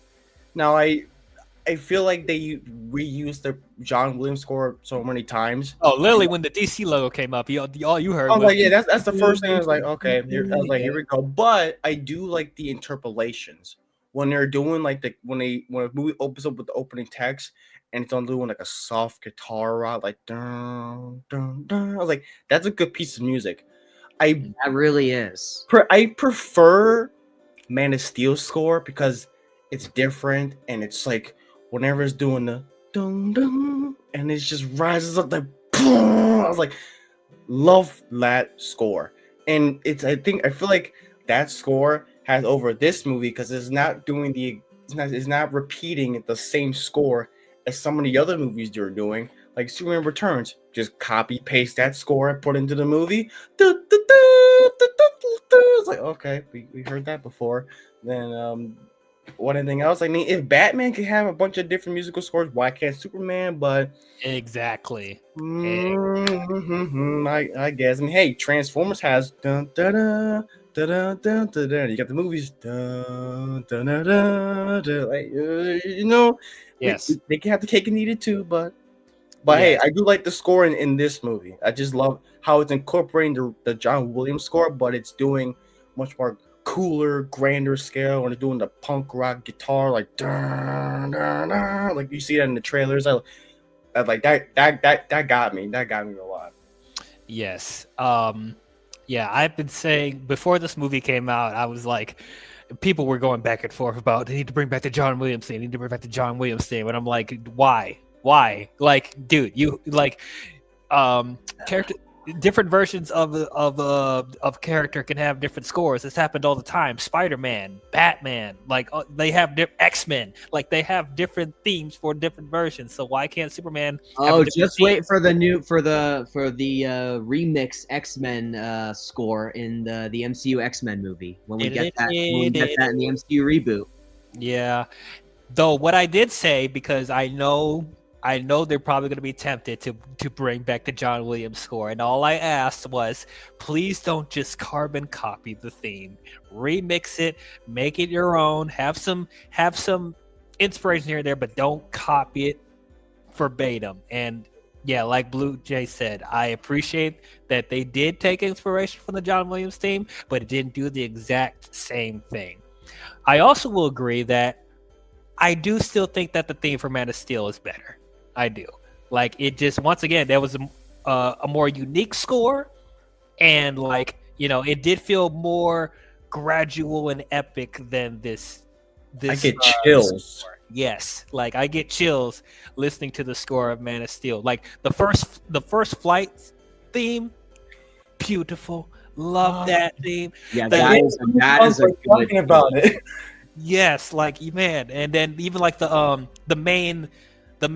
main theme that plays in the end credits, like that dude, that was the triumphant Superman score. But I do appreciate this score. It did take me a minute to adjust to the rock stuff in there, but like I thought it fit for this version of Superman. I ended up warming up to it. Wait, because don't say The Rock because you never know. He could make a comeback and try to finish his beef with James Gunn. No, we don't. I'm going to step away for a minute. I'll be right back. Okay. Yeah, we don't need that again. Yeah, but yeah, so yeah, that Rachel Brosnahan as Lois, she's the best Lois. I'm just gonna say that right now. Like, wow. Yeah, she's my favorite live action Lois. No disrespect to Margot Kidder or Amy Adams or who's the actress in Superman and Lois? I was thinking about the other one, Superman Returns. I forget what her name was. I did not like Kate Bosworth. I think that's was it Kate Boswell? Kate Bosworth. My bad. Bosworth. Yeah, I did not like her in Superman Returns. But yeah, whoever the actress is in Superman and Lois, like, you know, she was good in that. But to me, Rachel Brosnahan embodies Lois. Like, Lily, she's literally straight out of the comics, straight out of the animated series. I think I love her personality the most out of the other version of Lois, live action wise. Like, animation wise, she's almost there with the animated series Lois to me. But anyway, live action wise, like, just has the personality. Like, I love the chemistry that she has with Superman and all the other characters, and like, I like how involved she was in the story. Like, it just she embodied everything that I wanted in Lois. And I'll admit, I'd be tough on certain versions of Lois, you know, because there's a couple of versions where I'm like, but like, I really don't have any issues with this Lois. Like, she nailed it. She absolutely nailed it for me. I never had any experience with Lois Lane outside of the animated series, the one from My Adventure with Superman. I like that version a lot. Maybe I'm not too familiar with other Lois Lanes in the other movies. I don't really watch them that much, but I do like Rachel Brosnahan.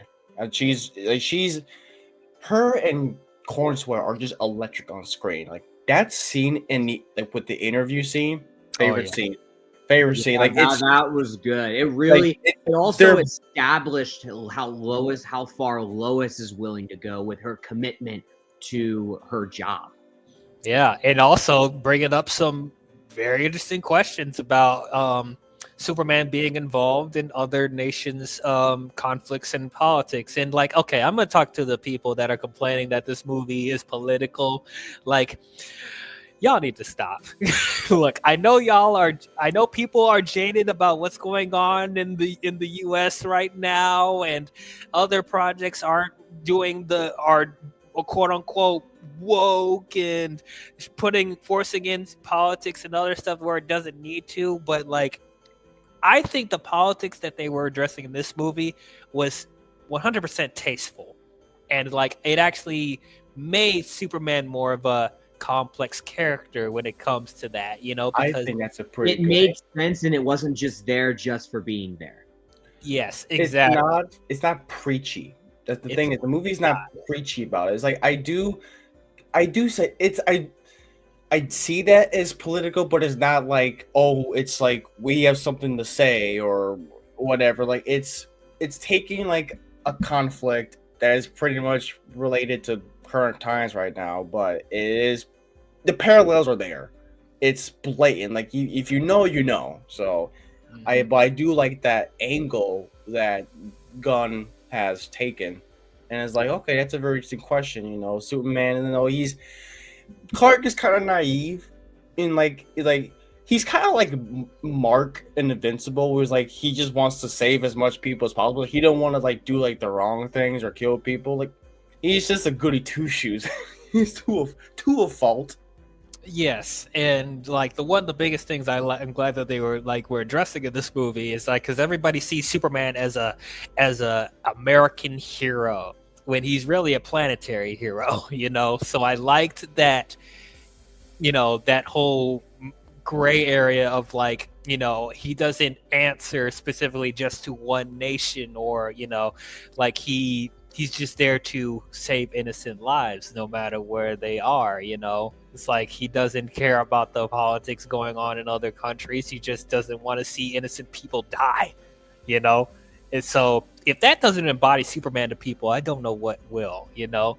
Obviously there's some in-betweens with that, like, which I, when it comes to the politics and different stuff that they could address or flesh out more in future films. But I just like that they address at the core, Superman is the hero for everyone around the world, so that's why I would want them to change the thing to truth, justice, and better tomorrow instead of truth, justice, in the American way, because it's not just about the American way when it comes to Superman. So that's what I personally like about that.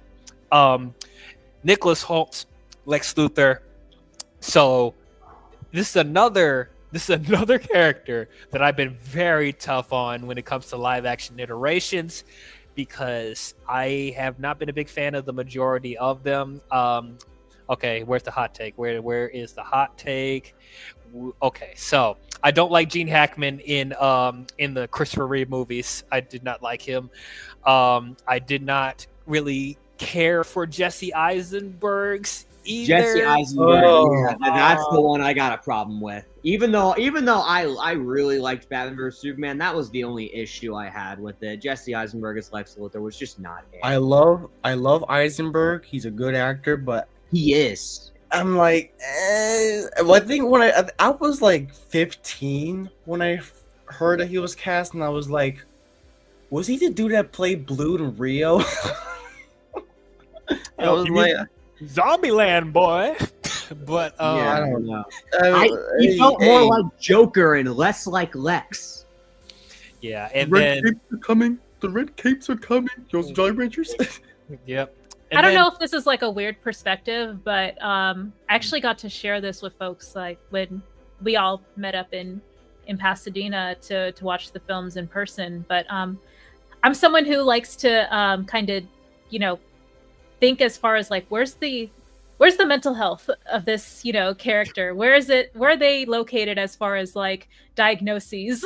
So that's like a big part of like, what I looked at with the DCEU stuff, because I thought it was really clear that like Flash, for example, he has ADHD, and I read Lex Luthor as like, okay, he's on the spectrum. He's very like emotionally volatile, and he's very challenged in social settings, and he gets sensory overload, and he goes off the handle and stuff. So like those were all kind of like tropey sort of like caricatures that I'm like, there's an intention there to kind of like, flesh them out a little bit.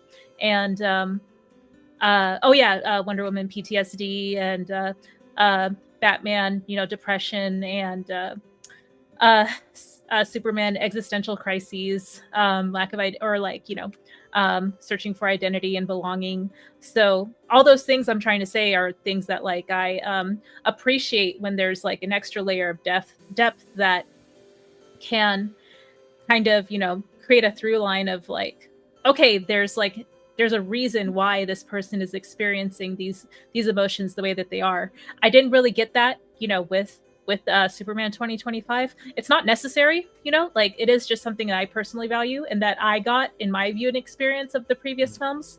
But like I think I mentioned it earlier as far as like the intention behind how these characters interact with one another, especially like when it comes to like this particular Lex in Superman 2025. If I had gotten like, a little bit more time to understand why he has this innate hatred towards metahumans and specifically Superman, I maybe could have looked past the amount of lengths that he's willing to just, go in and destroy and create collateral damage in order to destroy Superman with like the use of like the pocket universes and like larger monsters and things like that. I didn't get a sense of like, whereas of why that was like a motivating factor. Whereas with the DCEU Lex, there was like, this blistering hatred of this sort of like benevolent force that exists that did not, come to his rescue, so there was something there that I wish with more time we could have gotten with New Lex in this movie. Yeah, I definitely get that. Yeah, I was gonna say Kevin Spacey's in Superman Returns. I thought it was okay, but it's like it felt like it was just like an extension of Gene Hackman, but not as over the top. Which thank God for that. Probably the best live action Lex up until this point I thought was Michael Rosenbaum in Smallville. I'm not the biggest fan of Smallville, but I will admit his Lex was fantastic. And so when it comes to Lex, like I do have high expectations when it comes to that, because it's like a lot of them has let me down outside of Michael Rosenbaum in the animated series, obviously. But I will say though, I really did like Nicholas Holt's Lex, and I definitely Reyes' criticism is valid. And definitely even though me personally, like I felt like Jesse Eisenberg's motivation was like a little thin. Like there was something there, but they didn't go into that enough for me personally. And I definitely get like, Nicholas Holt's version is not like as, not as much as like a sympathetic character, or you don't like, there's not like a valid motivation from him that's fleshed out in this one. But for me personally, I like that this Lex is just straight up evil. Like I don't need to feel bad for him. I don't need to understand I don't need a tragic backstory with him with this version, because I just enjoyed how evil he was in this movie. Oh, he's petty. Like he's very petty, and it's just like I kind of miss that with some of the villains. Like don't get me wrong, there's some really good tragic characters in Marvel and DC that I do appreciate. Obviously your Killmongers and your Thanoses and all that other stuff, but it's like I like when there's just like straight up evil villains like the Joker, Green Goblin, and stuff like that. And I like High Evolutionary, and I just like that like they lean more into the evil scientist that Lex is. But what I also liked, I don't know if you guys felt this way with him too, was that Nicholas Hoult, I feel like he was taking the good aspects of the other versions of Lex and mixed it together, because I feel like he embodies some of that commanding presence, or able to command a room, that Michael Rosenbaum did. And then he's also inheriting some of that evil scientist type of stuff that the animated series was. And then he's even tapping some of that conniving weasel stuff that Jesse Eisenberg was doing. It's like felt like he mixed those three together and tried to put it into one. And I kind of liked what he was doing there. I did his Lex. I really like his Lex. Like I said, he's kind of a petty bitch, because like all he ever wants is just like all he ever did was just hire a bunch of grabbed a bunch of monkeys and put them into some technical stuff, and then it's like super shit, and now he has this like a bunch of people controlling Ultraman, and all he do is one A. It's like that is such a more comment than like I do. But I think I'm gonna bring this scene up since we're talking about Lex. The infamous Russian roulette scene, like that scene, is so like you can tell that's pretty much a James Gunn scene, because he likes to throw in a lot of dark elements, and that's the darkest aspect. I was like, God damn! I was like, he just grabbed this one dude from this food cart and like on the sidewalk, just grabbed him up, tied him up in the chair in a pocket universe, and be like, yep, one bullet with a 6-shooter. Let's play Russian roulette. I was like, God damn. And he literally just kills him like boom. Like that. So I'm glad you brought up that scene, because that's actually once again another positive and a criticism that I have with it, because overall I do feel the movie still has a tonal issue in here and there. That was probably one of the biggest textbook examples. The scene itself I really liked. Probably one of the most intense scenes in the movie. Very. But where that scene is placed in the film is very jarring. And also that scene is so short. Like how long was it? Like 4 minutes? I think less than so. I don't remember.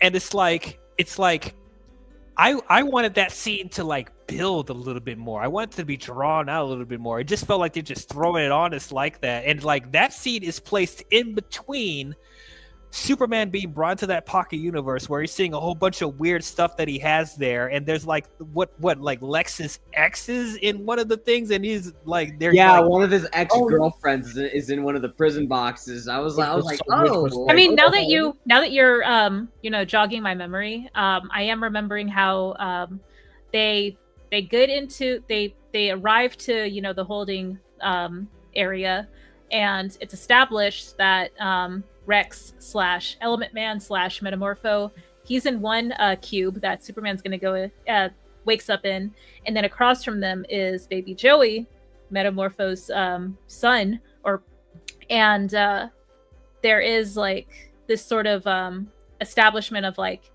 yes, Metamorpho can create kryptonite and kind of like hold Superman, like, you know, in place until, like, you know, he talks. And it was weird how like they brought in the dude who sold food to Superman one time because he could literally just, you know, keep him in the cube with Metamorpho with the kryptonite until, you know, he, you know, is at the brink of death. I would think. I don't know if Superman would just die or choose death before, you know, giving names or anything, but he also had the baby as collateral too. So yeah. I didn't really understand, you know, like you could go either way as far as like, you know, getting him to talk. And then adding the dude just seemed to be like an additional, you know, kind of nail in the coffin. Like, yes, Lex Luthor is like, you know, an irredeemable, you know, villain, but because of the tonal inconsistencies,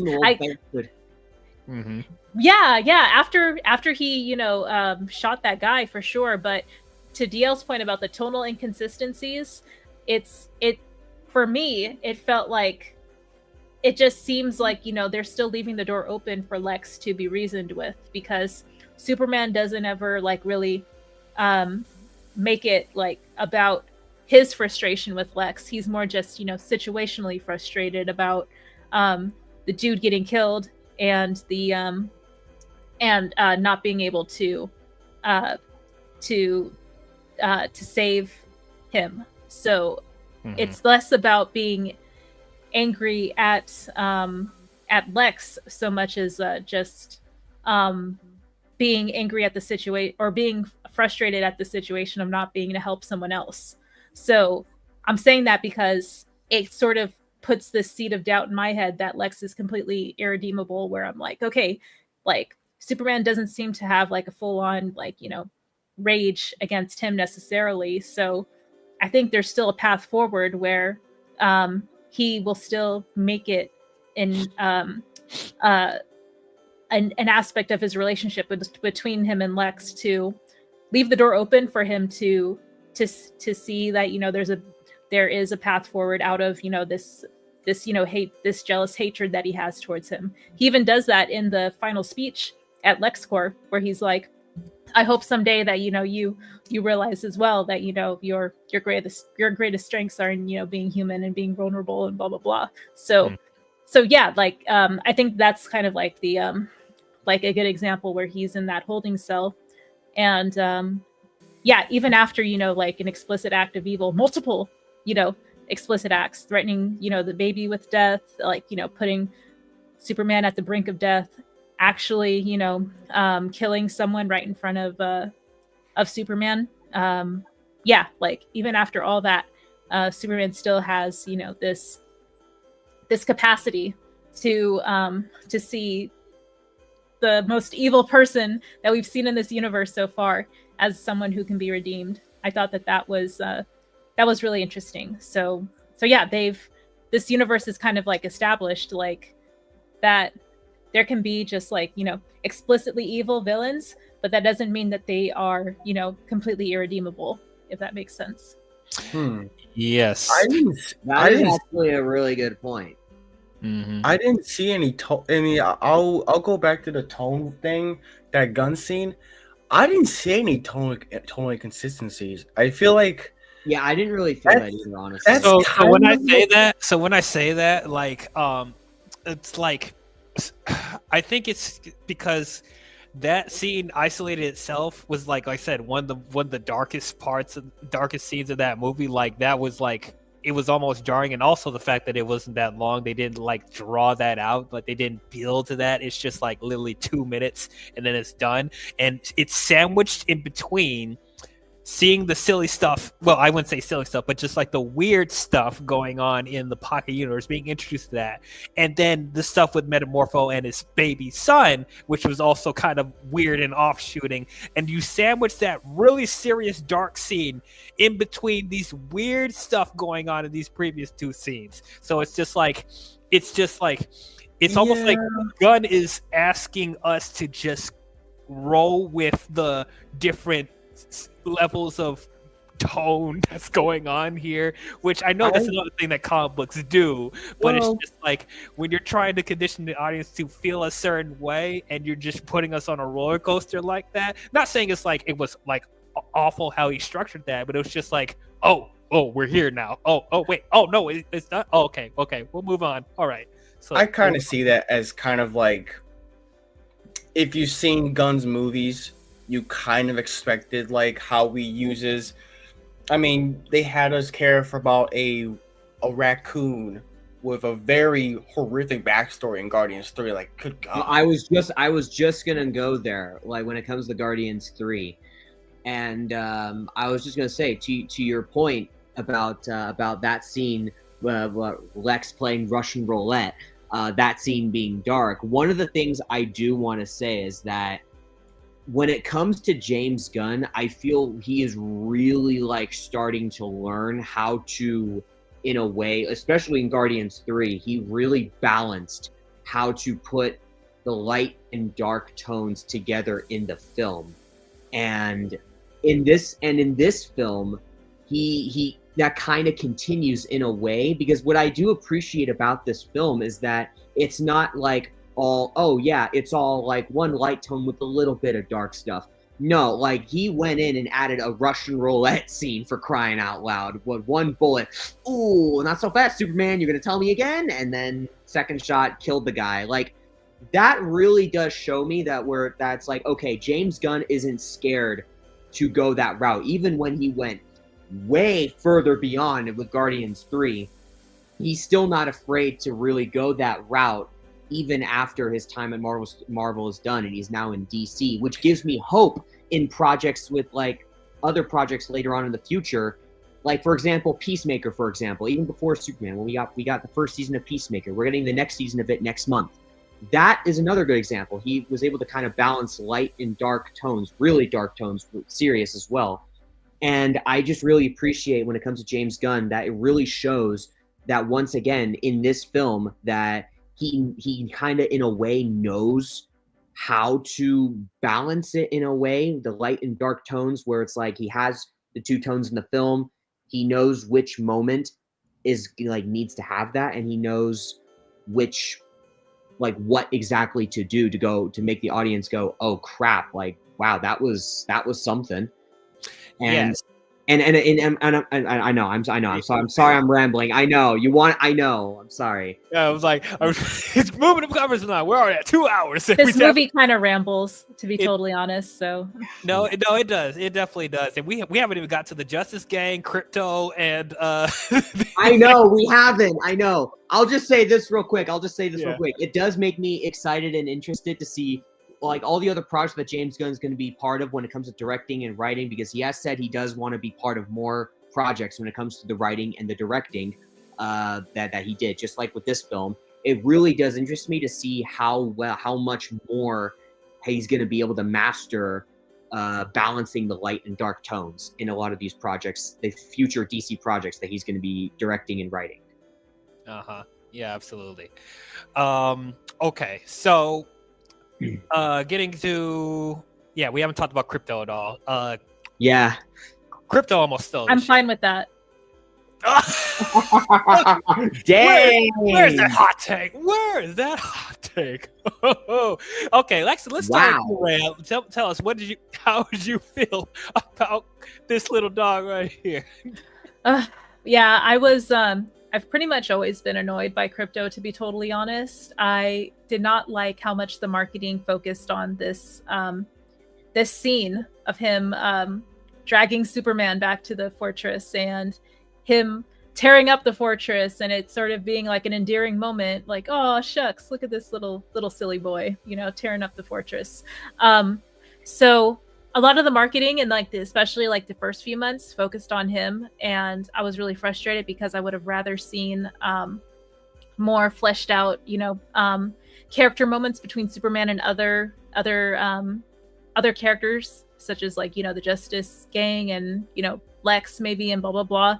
But I think it's mostly the marketing's fault that I don't like Crypto, because it leaned so heavily on him, and they use the same scenes over and over, just like in different clips and in different iterations of different ads. So it just got frustrating, where I felt like they were really leaning into him as the reason to go see the movie, and I was just kind of biased going into the movie. I'm just if I see this dog in every scene, I don't know, it's not going to be for me. Oh, come on. so I was already predispositioned to just be I am dreading seeing how much this dog is going to be in the story. But I will say, to the movie's credit, he is used in very sparingly, especially towards the second half. And where he is used, it is somewhat impactful, especially after the monologue from Superman facing off with Lex. I will say that was a tonal, sort of abrupt break, where I would have preferred for Superman and Lex to have more of a dialogue and really get into some of the resentment and clash of values and things like that. But with Crypto coming in to kind of just bash Lex around, that's more of a James Gunn. That's definitely a James Gunn decision, as opposed to Crypto being annoying. That was just a device that Gunn used in order to kind of pivot to the next plot scene, and just sort of not give too much of a reason for it to happen organically.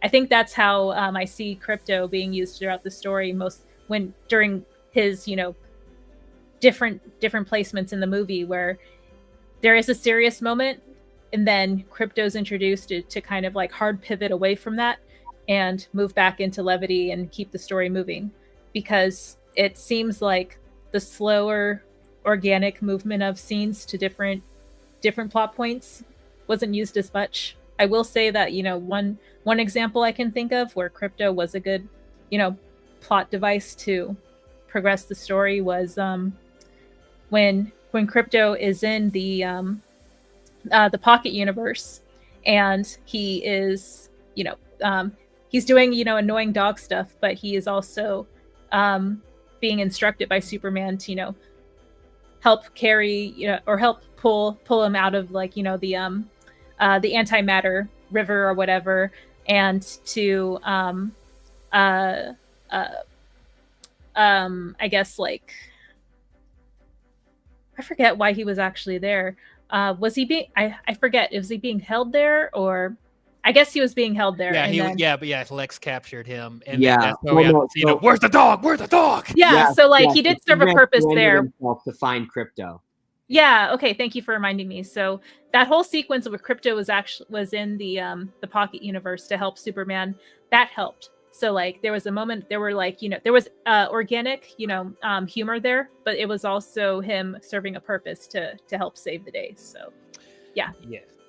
Yeah. So once again, I totally understand the frustration with the marketing oversaturating Crypto, and him just being a menace for most of the film.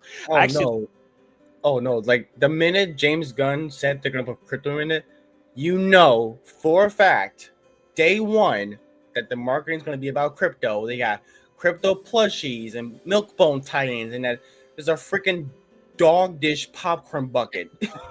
There's There's a popcorn bucket where it's Crypto holding a bag of popcorn. We can like it's in Cinemark actually. It's Crypto. Yeah, it's also an holding Imagine. We saw that those. thing is adorable. I wanted to buy it, but I didn't buy it yet. But I was like, like as soon as James Gunn wants to put Crypto in it, that's the marketing is gonna be everywhere with Crypto. And honestly, that's kind of smart on their part because a lot of people said that they will go see this movie just because of Crypto. So I'm like, hey, if it gets you in the seat, I'll take it. I will take it. What I will say about this version of Crypto, I actually like the story that James talked about when making Crypto. Like he was inspired by his dog because his dog was a menace as well and had that weird ear thing going on like Crypto does. What I really like, adorable.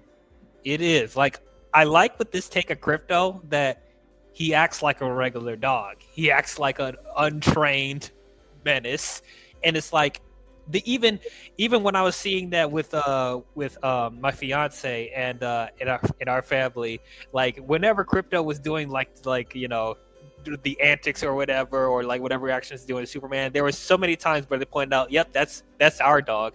Yep, that's what my dog does. It's like, yep, that's our dog. So it's like seeing that other people relate for animal, for people that have pets, like they're able to relate to that on that level with Crypto. I think that's really cool. It's even funnier knowing that cameo at the end, which is even funnier for second viewing.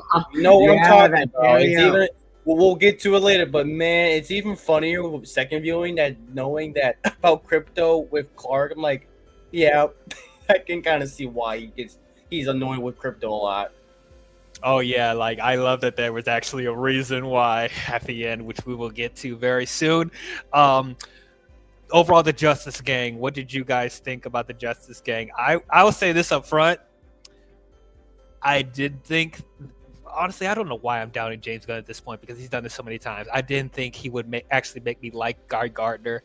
Nathan Fillion as Guy Gardner. Man, Yeah. he nailed it. No notes. Nope. What was so funny was that scene with Lois when she's walking out, she's like, that haircut should be against your vows. I was like, damn, they really went there and made fun of their haircut in this film. Holy shit. Yeah.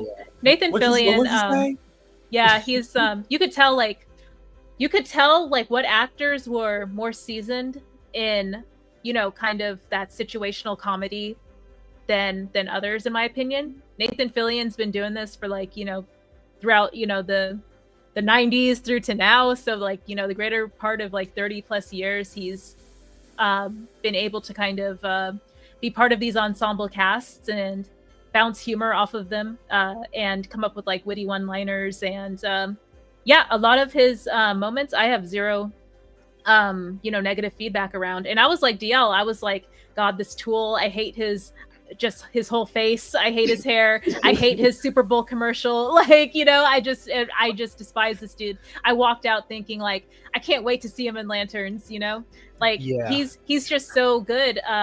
Nathan Fillion specifically as Guy Gardner, he really did shine in these group settings where he was able to have stupid, responses to Lois, like, oh, so you know about the hypno glasses. Oh, so you know that, Superman's secretly Clark Kent. And Lois is kind of having those quick, responses like, yeah, you probably shouldn't be telling me that. And Hawkgirl, saying well, now she knows about it. So that's sort of circular sort of banter. He's really good at, being part of banter, which I really like. So when folks are often criticizing the humor in this movie, I'm more on the side of humor as far as hard pivots, with Crypto showing up and doing stupid dog stuff in the middle of Superman's really impactful speech with Lex. That's one thing that is also that breaks the tension. But when there's an organic sort of bantering happening where it's people just having a conversation and humor or levity occurring naturally, that's where I'm like, okay, I can do this. It feels like, the Justice Gang is a workplace comedy in that moment. Maybe it's a tonal, sort of shift from the Superman movie that I wouldn't necessarily think would be a good idea on paper. But if I were to have like another project where it was situational workplace, humor, and a la like, The Office, but for the Justice Gang and other, members of other groups, I would be okay with that, honestly. So that would be my take on the Justice Gang. Yeah. To talk real quick about that that scene you were mentioned with Crypto beating the crap out of Lex. Like that didn't. I mean, that was funny, but like at the same time, I do feel like that did kind of like interrupt that moment with Superman and Lex a little bit, because I liked that speech that they were doing, and then that Crypto just coming out of nowhere like like that didn't even feel like that caught me off guard. But at the same time I was like, oh shit. I mean, yeah, you see the extent of Crypto's power when you let him loose. I but like, see. But yeah, that didn't even feel like that almost felt like a Joss Whedon thing, because like that's something that he did like in the first Avengers movie. Remember when Loki was like, when he's like beat the shit out, when he just pounds it down, and he's like puny god, like that's a Joss Whedon move. Like Jessica doesn't even normally do. I thought that scene was funny in the sense like Superman did his whole speech and Lex was trying to like counter that, and I see Crypto was like, shut your ass up.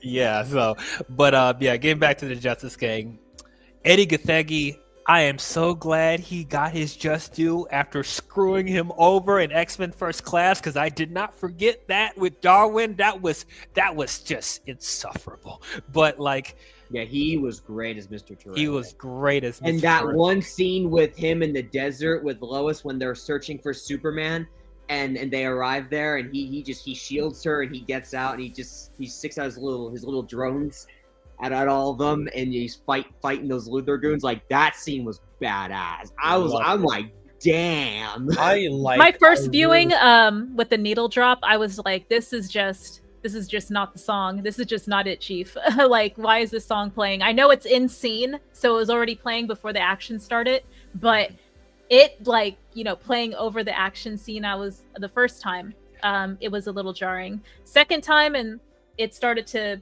I expected it to happen, so I didn't focus on it too much. Then the third time I saw it, I was like, okay, yeah, like, I'm okay with this now. It's like it kind of, it balances out, like, this, what would appear as just another generic sort of superpowered human, just taking down a bunch of baddies. It now is elevated to something where, because of the beats in the song and then like the beats in the action, I'm paying more attention to it than I would otherwise, because I would have probably just remembered, just generic sort of shots of like, oh, okay, yeah, I know Mr. Terrific used his T-spheres against, the baddies and stuff, but nothing specific would stick out in my memory without this song, because the song tells me, different beats to remember. So yeah. Yeah, I do agree with you that like the scene itself I thought was really cool, but I do think they could have used a better needle drop. Maybe they could have had some like, I know this is probably stereotypical because Mr. Terrific is black, but I probably could have used a hip hop track in there or something like that. I think that would have fit the scene a little bit better. I see what you're saying, and then like just sort of like semi-related to, I was kind of critical at how I guess there were some tropey, sort of like blaxploitation sort of characteristics about Mr. Terrific that I was a little unsure about. And then I was like, why is James Gunn like, focusing so much on this one, the one black person in the movie to be so explicitly black, and be tropey like to that extent. But the character just is so good compared to, what everything else that I'm critical of, that I'm like, well, no, like, now I'm just stoked at how much I like this character and how much, like, they kind of pull me back to reality when this movie kind of, I feel, gets a little all over the place and drives my attention away from Superman.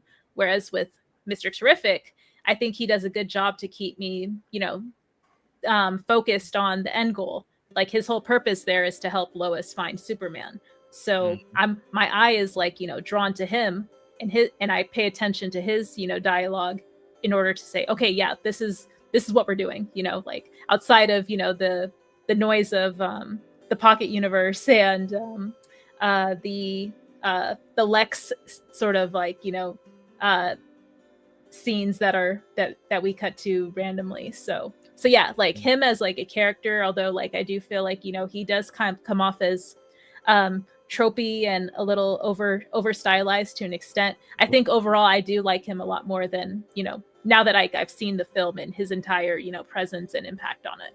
I like that he didn't. Well, I like the fact they didn't make him like the funny black guy or whatever. He's a character, right? Even though my mom was kind of laughing at the stuff that he was saying, like when they got out of the Pocket Universe and Crypto was eating his t-shirts, like those things are tape, and he starts to grab and Crypto growls on him. Or whenever Superman was like flying, like when Superman was like meets up with Terrific, he's like, me and Crypto be like. And he's like, "You brought that dog, man." Yeah. Do you remember this? Do you remember the scene where, while Superman's flying and Crypto's flying, and Terrific is holding on to Crypto? I think that's where people are like, "Okay, there's this love-hate relationship between Mr. Terrific and Crypto." There was even that commercial, the Milkbone commercial, where they're playing with each other in the middle of the street and, you know, jumping with each other. So yeah, there are, you know, their relationship is more complex that I wish that, you know, the movie kind of got into. They did sort of, but with the flying scene, for example. But yeah. Speaking of that, like I remember seeing one of the behind the scenes stuff, which I think they ended up cutting from the actual movie. That I think there was supposed to be a scene where Crypto lasered one of his foot. I think they just cut that from the film.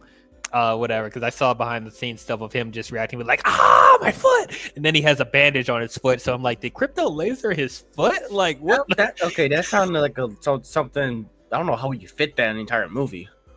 Yeah, I don't know. So I'm glad they didn't put that in the movie. We didn't need that. That one's like, once again, it's another one of James Gunn's silly scenes, or whatever. But like, I wonder what the gun cut would be like for this movie. Look, I'm not going that rapper. I was curious. Like there was some scenes in the trailers where they cut. And I was curious. Like, I wonder how this film would have been like if it was like at least almost 2.5 hours if it had all the scenes in there. But I'm just asking a silly question. I mean, I think a lot of the Daily Planet stuff was cut because Kat Grant had a line when she was talking with Lois that was in one of the ads where she's talking to Lois, and Lois says, "Yeah, I'm dating this guy," or like, "I'm seeing this guy, he's a little strange," and then Kat says, "Oh, I like strange." And so I don't know how the extent of that dialogue or other characters' dialogue with the rest of the cast would have gone, but it would have been nice to see because their personalities, you know, are interesting enough where I would have liked to see them interact with each other more. Yeah, like speaking of that, like I actually wanted to see more stuff from the Daily Planet. It felt like we didn't get a lot of it, you know, because I really like Jimmy Olsen and Perry in there and stuff like that. And just seeing that whole interaction with, like, even with Clark Kent, we only got one scene of Clark Kent in the whole movie, and it's like I really liked all that stuff, you know. So I wish we could have got a couple more scenes there. Well, that's kind of how you get when you have so many characters in the movie, which juggles them pretty well. Which I'm like, you know what? I think a Daily Planet show would fit better with all these other characters than something in a movie. In my honest opinion, like imagine like a Daily Planet show with Perry, Lois, Jimmy Olsen. I just love how Jimmy Olsen is like gets all the hoes. Yeah, that's which is such a funny thing. That whole thing with Tess Mocker too. Yeah, I'm just like wondering, like, you know, where's the rest of the staff contributing to this research that's very vital to finding Superman? And I didn't even realize that Jimmy was in the know about Lois and Superman's, you know, relationship, because when we're first introduced to him in the Daily Planet, he's, you know, engaging in this conversation with Lois and Clark, when Lois is like, "Yeah, Clark, you sure are getting all these interviews with Superman. How do you do it?" And he's just like, "Oh, you know, like he's a cool guy, you know, like and she's like, you know, talking to him about that. And yeah, I didn't get a sense that, you know, there was, you know, like even Clark says in Lois's apartment, yeah, that, little banter that we had in the office, Jimmy was eating it up. And I'm just like, okay, yeah, like, do they know that Jimmy knows? Like, so that was interesting. I wonder where that's going to go, because it seems like most people figured out that Lois is dating Superman, because they just see them walk away with each other, and they're just sort of giving each other looks like, oh, okay. So yeah, it would be interesting to see where that goes. Yeah, I like that they're making the people of the Daily Planet, like, they're more like, they don't seem as stupid, I guess. Like they're picking up on things and stuff like that. And so so I like that they seem to be more aware of like stuff like, Superman and Lois being together and stuff like that. So I like that. These great reporters, they're not picking up on stuff like that. So I like that they finally, did something like that. Okay, so one other Justice Gang member we haven't talked about that much was Hawk Girl, and yeah, she's okay. Yeah, She's she okay. got shortchanged. I feel like they think they're. I don't know if I want to compare this. I think they're kind of handled the. I'm trying to think. I feel like they're handled the least as the JSA and Black Adam. Yeah, kind of, because Black Adam was clearly a movie that was trying to be like. I mean, it's about Black Adam, but you got these other characters, and we got Hawkman, you got Dr. Fate. They have more of a bigger role than these three have in this movie, which is clearly a Superman movie. Mm-hmm. But my only problem is that, okay, you got Terrific definitely has more screen time. Guy Gardner's there to talk shit and eats Fruity Pebbles at a diner. And Hawk Girl, look, I love me some Isabella Merced, but she got shortchanged. She just sits there to look. She's gorgeous as fuck. Like, if you see her without the jacket on, she is jacked. You know what? The one scene that I do find interesting that resonates with me after watching it so much is her flying into, the Baravian, government office or whatever, and then grabbing the president and flying through the window, and him saying, "Ha, you're like Superman, you're weak." And she looks down at him like, "I'm nothing like Superman." And then she like just drops him, and I'm just like, "Oh, this is dark." I wonder how much, how much more dark and ruthless she becomes. Also, they're not just like ignoring that too. Like they're addressing there might be some ramifications of that happening in the future, because you see like that scene with Rick Flag Sr. being like, "Oh, okay, so the heroes are like calling the shots now. Is this what we're doing now?" And then Rick Flag's like, "Oh gosh, here we go." But at the same time, I think those critiques will age well when we get more stories with these characters later on. Like, Guy Girl's going to be in Lanterns whenever Terrific shows up, but I do want to see more of Hawk Girl to see what her deal is. Maybe we get like a Hawk Girl movie, or have her appear in another movie or in a TV show. I would love to know more about that character more than the other three. Even Metamorpho, like I want to see more with him as well. Like he was really cool. I love the makeup and costume work with him. Makeup is phenomenal. It is so great. And then the powers that he was able to show in here, like that was awesome. I really loved all that stuff. Even the stuff with his son, that was, I'll admit, is a little goofy, but it's like, I was going along with it, and just seeing Metamorpho's body just morph, and him being like a singular head and like showing limbs and stuff like that, and forming kryptonite and a freaking sun in his hand. I'm like, this is what I like to see, man. This is like that cool comic booky stuff. I love it. I keep that like I would have loved to see a battle between him and Engineer. We didn't even get to talk about Engineer and but like I'm sure we'll get to that. They're next. Yeah, so like we know that Engineer, based off of what Lex Luthor said, she can turn her body into anything she can imagine. And I don't know if Metamorpho has that same range, but I would have really loved to see them battle. So yes, possibly like, in future content, because their powers are so similar yet kind of different. So yeah. Yeah, definitely. That would have been a really cool fight scene to do.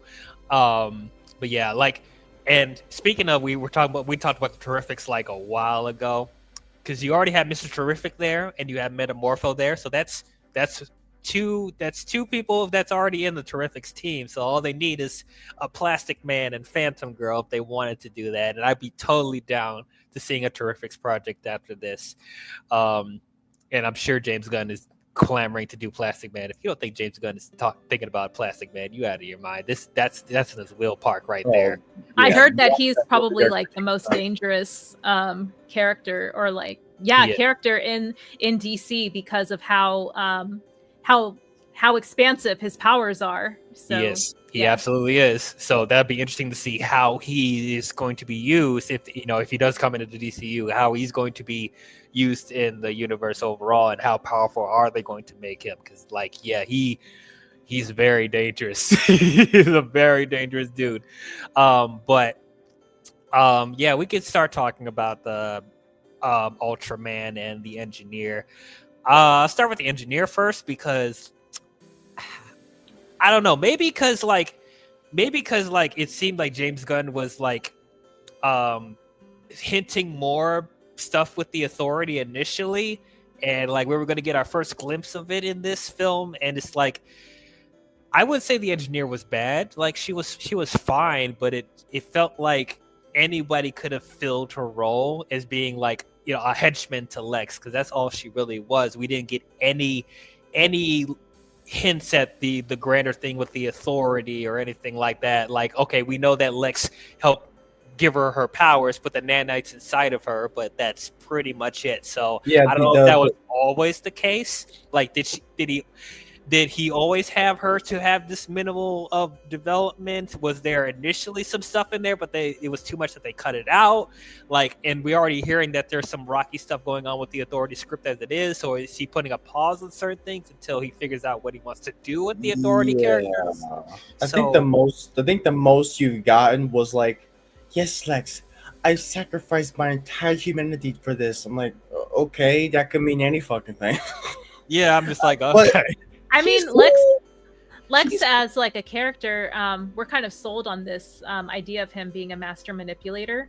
And I think someone mentioned that like he was able to kind of rally a lot of like really well-meaning normal people behind him. And a lot of the folks like in the desert and in Luthor Corps, like or is it Luthor Corps or Lex Corps? I forget. Luthor Corps. Yeah, so like did you see the staff and like the people in the desert? Those look like normal people. And I'm just like, you seem like, you wouldn't be a henchman, yet you are. Like you're kind of aiding in this, grand plot of destruction. Do you not see like, an issue with that? So I wasn't sure what to make from that, but knowing like, Lex was able to manipulate the government into like giving him power to arrest Superman and hold him hostage in the Pocket Universe. I'm like, okay, if he can manipulate, people in power to give him that, authority, maybe it's not like a huge leap of faith to say that he can manipulate the rest of, the public to do that. He did do that with, the message from Superman's, fortress, but outside of that, he's able to have a pretty, firm grasp on how to manipulate people too. I wish we had gotten more of that, because we're kind of just led with that, belief that he is able to do that innately. But we jump into scenes where people already believe him. So, and he's already acquired all this, support.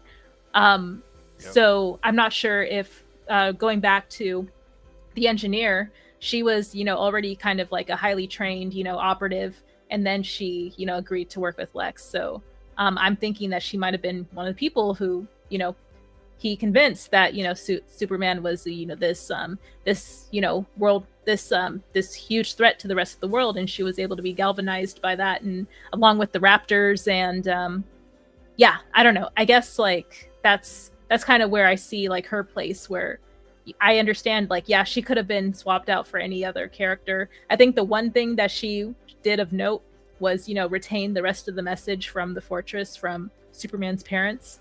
And that was the only thing that I can remember that she did was specific to her power set. Yes. Speaking of that, I know this was a big point of controversy when they showed that message with Bradley Cooper as Jor-El. That's about. so fucking funny. I'm like, why not, James Gunn? Why not? You bringing people you already worked with. That's cool. Hey, That's Bradley fine. Cooper is Jor-El. I mean, I'm not opposed to it, but I think that's such a strange, like, okay, I mean, hey, you're playing. I feel like he was like in the booth, some like playing as Rocket, and be like, hey, you want to be Jor-El? Sure. I was like, I think seeing that, I was like, I keep expecting like Zach Galifianakis to come out as a Kryptonian and be like, what the fuck? Oh gosh. Hangover from Krypton. Nope, let's not do that. But how did you guys... he played what is it? Jarbu in Lilo and Jumba in Lilo and Stitch. Yeah. Which I don't want to detour, but yeah, I'm critical of that film too. Anyway. Yeah, me too. But how did you guys feel about Jor-El, that message that of him taking over humanity? Like, how did you guys feel about that?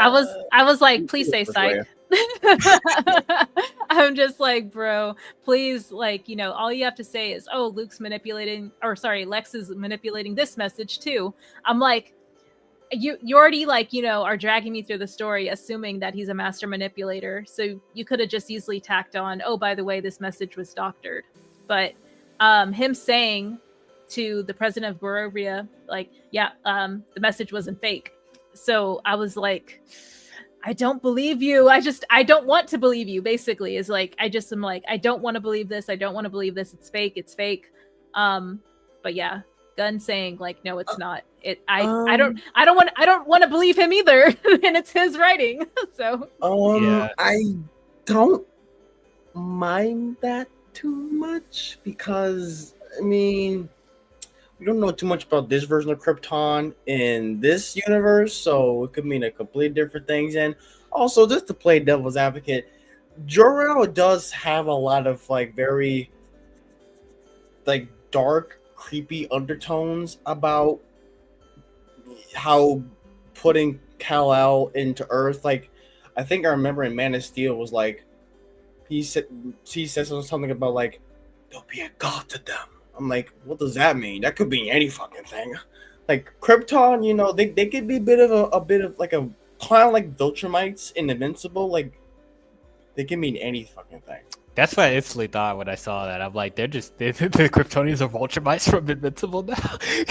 Like, this is cool. Which, I'll say this, because there have been versions of Superman in the comics where Krypton does have a darker past, and that's been, then like Jor-El and like Zod and stuff like that, they imply that they aren't as like the peaceful race that they are, and like we see from the Christopher Reeve movies or the animated series. So it's like, it adds another layer on that. And also recently in My Adventures with Superman, they're heavily implying that Jor-El and the other Kryptonians are like invaders as well. So this is not like a new concept that they're introducing here, but I will say that's interesting that they're using that for like the mainstream Superman film now, which I think just adds, personally, I think it just adds more layers to that, like adding more like, lore that like is open to explore in future films, like if they do want to do Zod or something like that again, which I don't know if they'll do that. Like, I don't know if they'll do that like anytime soon if they do want to address that. But it's like, it just adds a different dynamic that is interesting to see. But like another thing, like they're saying that this like having Jor-El saying that is against Superman's character. And no, it doesn't, because like people forget that Jor-El is not the person that instills the hope and optimism that Superman has. It was the Kents.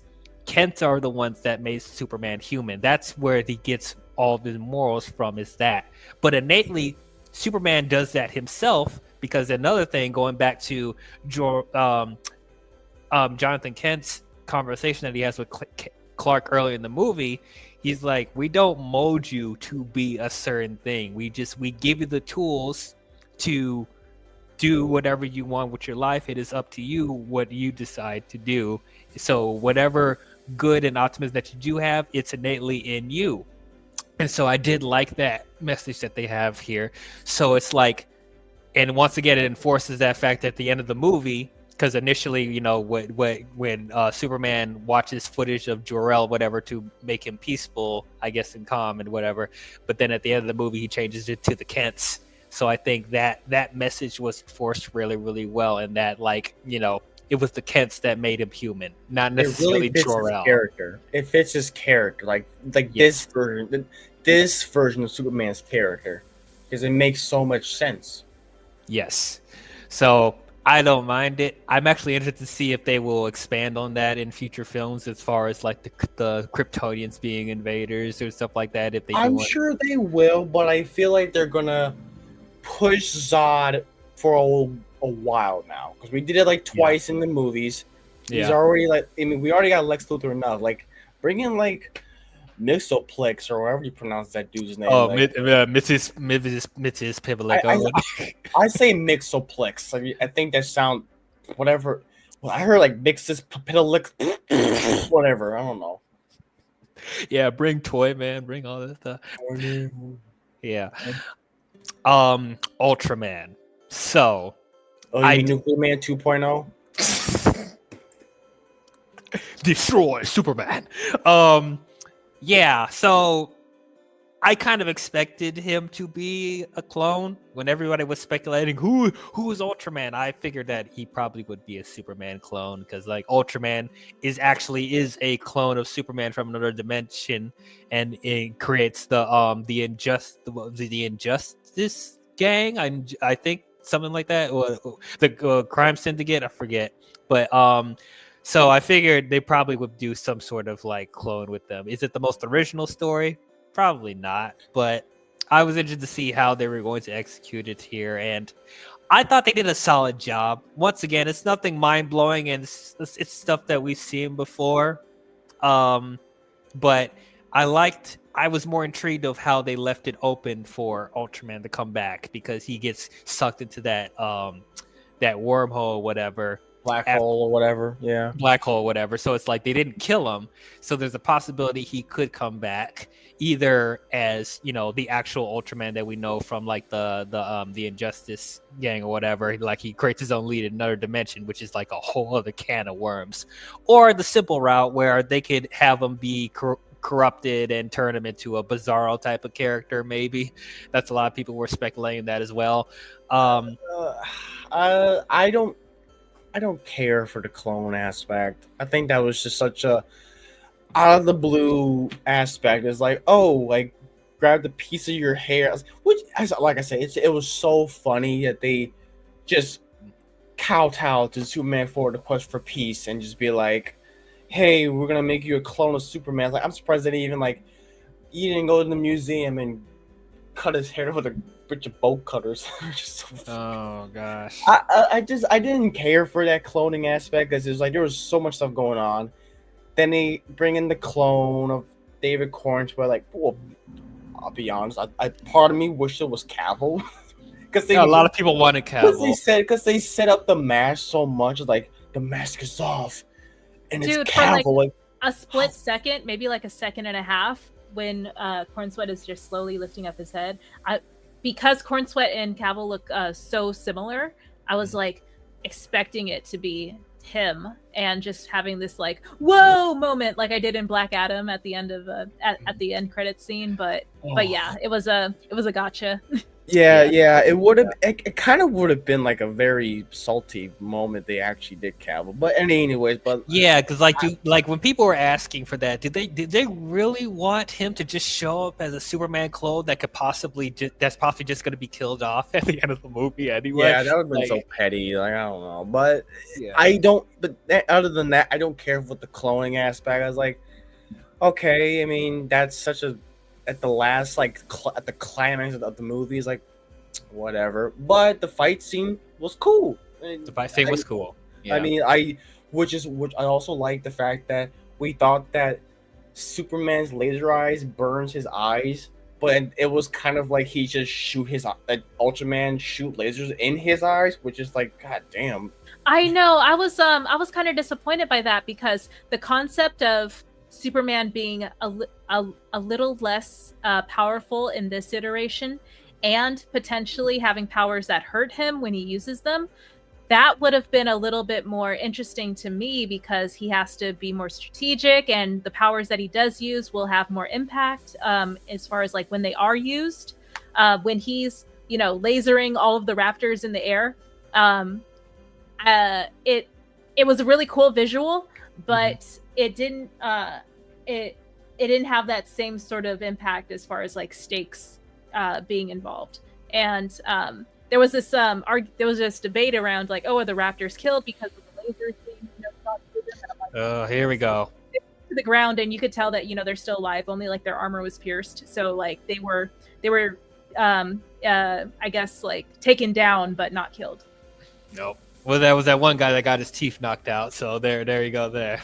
But yeah. So and I know other people were like speculating that Ultraman could have been like Parallax or one of the other members of the Authority. I forgot there was that one guy that's literally another Superman in the Authority. He probably would thought he was going to be in it since the engineer was there. There was even some people that were thinking that was Doomsday because he's in his like he's like in a similar looking because that suit that he has looks very similar to the suit that Doomsday is originally in when he breaks out, and so they're like, oh, that could be like a version of Doomsday in the first DC movie. That's weird. Yeah, it's like we haven't learned, have we? We haven't learned, but yeah. So I'm interested to see if they'll bring Ultraman back in a different form in the future film. We'll see. Do you think that they'll do Bizarro? A lot of people are saying like because he's in the Pocket Universe, he'll get like defigured or whatever, and then come back in the future as Bizarro. I actually would like that. I do want to see a Bizarro in live action. That would be really cool. So if there was a way that like that pocket dimension could corrupt him and other stuff like that. Now I don't know how he's going to get the backwards S if he's going to do that, but like still I would that would definitely want to see that. Or he'll just come out of the blue and be like, I got a backwards S. Don't just no explanation. It's just there. I'm just like, okay, where's this what we're doing? All right, so we've covered a lot. So I think the last thing to talk about is that ending scene with Supergirl and the mid-credits. Oh man, I'll go first. I like that. I love that. I love that scene a lot. It makes me so excited for Supergirl now because only that scene was actually.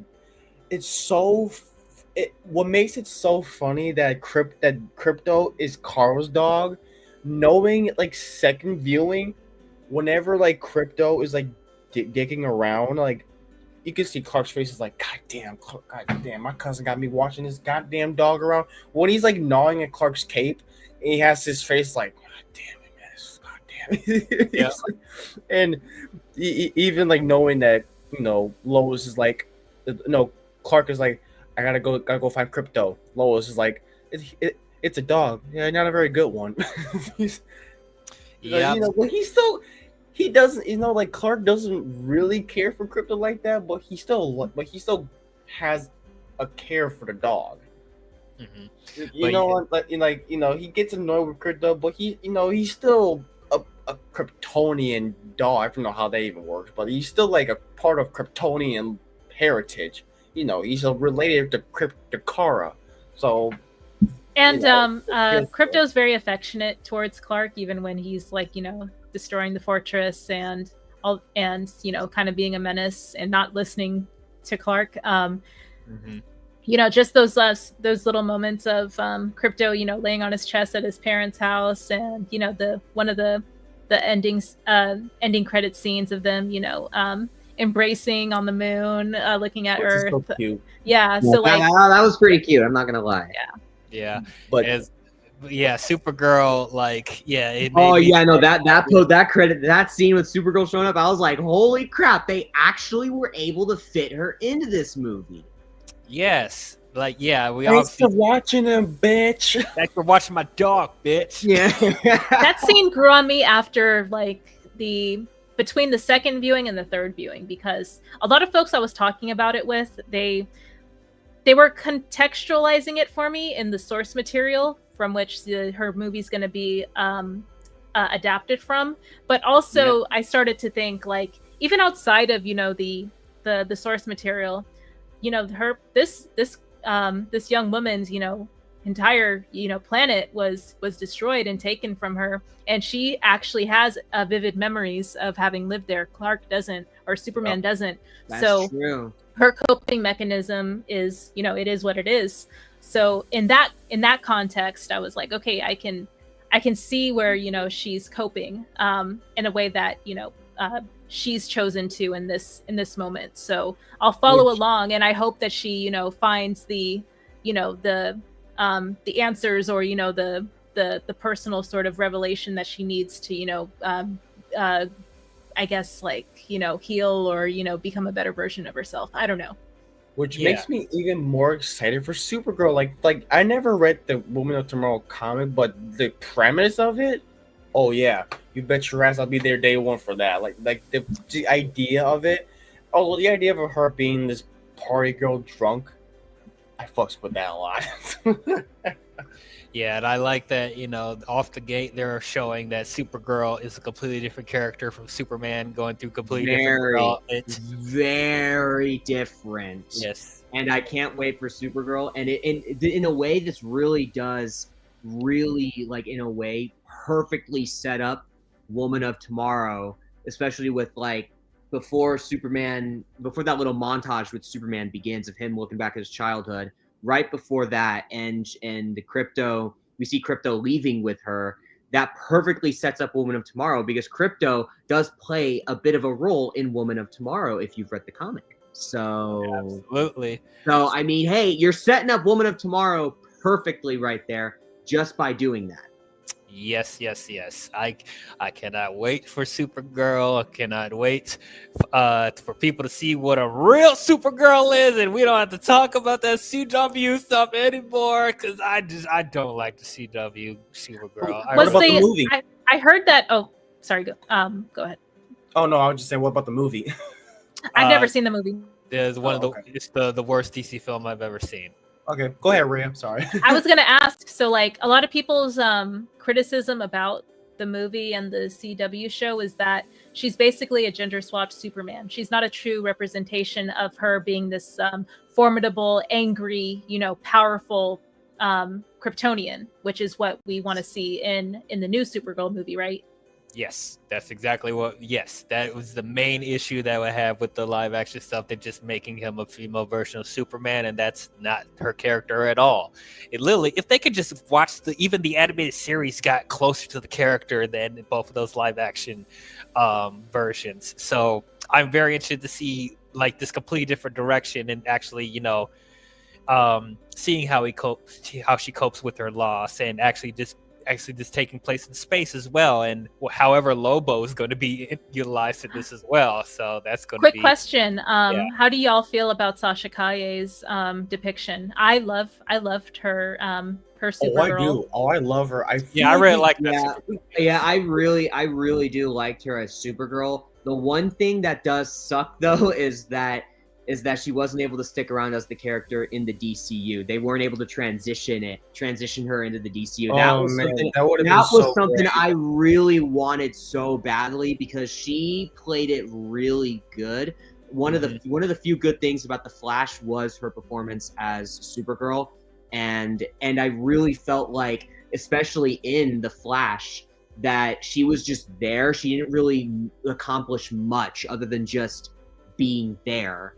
Just there. Like, she didn't really accomplish much. So that way, like, if they brought her into the DCU, they could be able to fix that. They could make us, the audience, care more about her as to why they chose Sasha Calle for the character, and just why they want to go with that depiction of Supergirl, because there was a lot of potential there. It's just they didn't want Sasha Calle to be there. They wanted to go with a different actress, which I understand. You want to start fresh, but on the other hand, though, it's like you transitioned Peacemaker. Yeah, I think, like, one of the strongest things in her performance was there was a catalyst of, you know, the death of her cousin. Yes. Like, you know, the rage activating sort of unleash of her powers, and yep. I I haven't read Women of Tomorrow, but I am wondering if it's a good comic, I gotta say. I'll definitely read it. So like my speculation, having not read it, is that Kara loves Crypto. Does something like, spoiler no spoiler, but does something happen to Crypto where it just sort of unleashes her rage? Do you want to be spoiled, yes or no? Sure, why not? Hold on. Before you say it, let me just put this up. This for people that don't want to hear. I'll put this spoiler thing up. You can mute your screen. When I take the spoiler thing off, then you can unmute it. Yeah, I'm about to mute my screen, so... Okay, so go ahead. Okay, so Crypto does get hurt, and that does set up Supergirl to be really pissed off and want to go after the villain of the story, whose name is Creme of the Yellow Hills. So basically, she wants to get at him for revenge for hurting Crypto and for also taking her ship because she's also using a spaceship. She's not flying with Crypto because they're on a planet that has red sun energy, like with what Superman mentions briefly in near the end of the film. He briefly mentions that he's like, oh yeah, they go and party off on planets with red sun because our Kryptonian metabolism can't really allow anything alcohol related. So that's basically why they're riding a ship. So their ship gets taken. She goes after him after being convinced by a girl named Ruthie to get revenge on Creme of the Yellow Hills for what he did to Crypto. And also because this Ruthie girl also wants revenge because Creme of the Yellow Hills murdered her father, I believe. It's been a while since I've read the Woman of Tomorrow comic, but maybe Dial has read it too. Yeah. Okay, you have read it. So it was her father then that was murdered. Okay, So she also wanted to go, and she convinced Supergirl, and at the same time wanted to go as well, kill Creme of the Yellow Hills, which they eventually do. So that's basically the story right there, and that's basically what happens to Crypto at the same time. Okay, so as far as Millie Alcock, I have not watched House of the Dragon, so I don't know anything about her acting ability, but I heard she's really good. So yeah, same. I am interested to see how she will do as Supergirl. I'm very excited.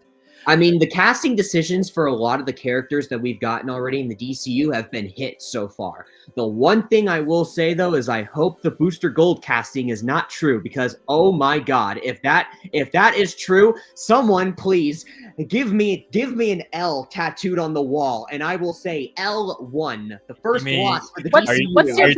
What's your one biggest criticism about the actor?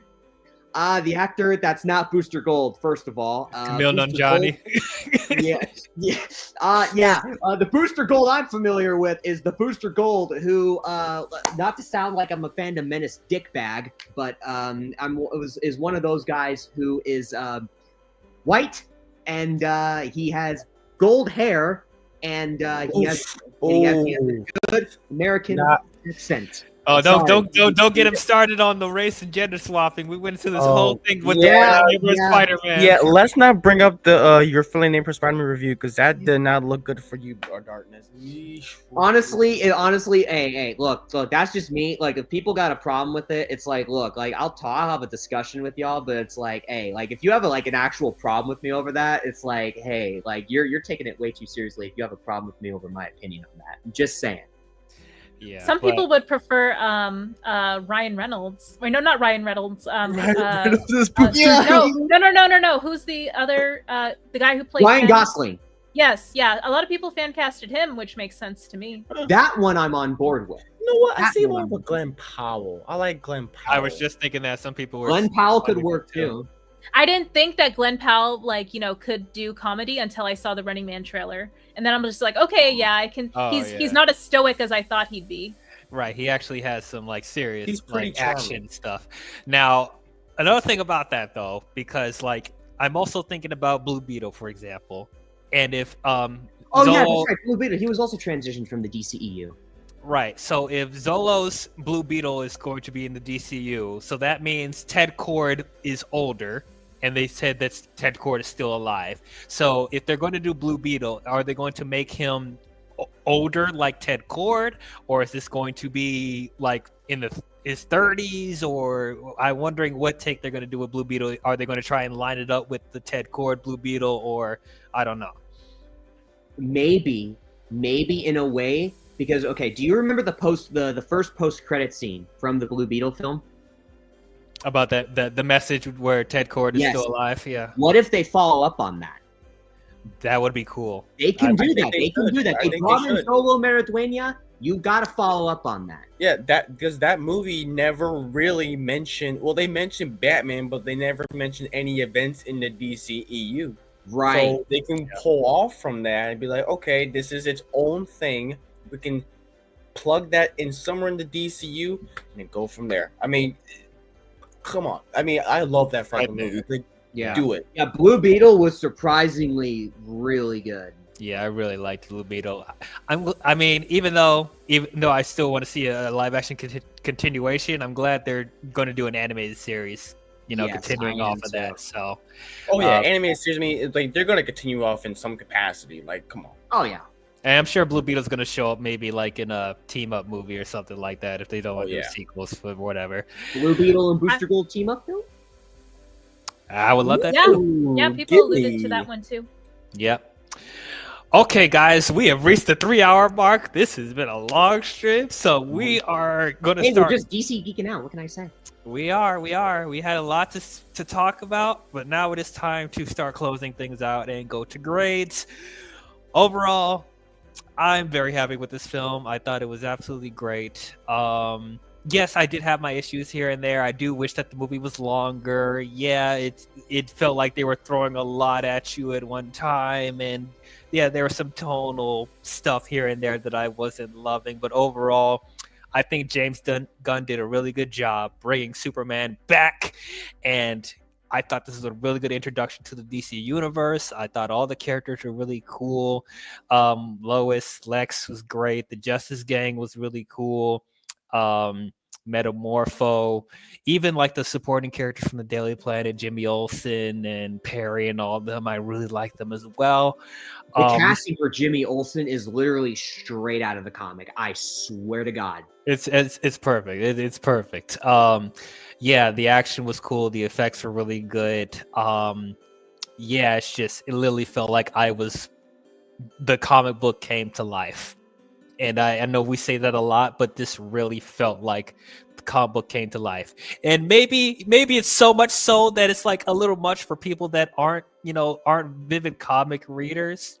But it just was really refreshing to me to see a comic book film that's unapologetically just over the top and having these weird concepts and having aliens and having supernatural things and it's just having an established comic book world like that.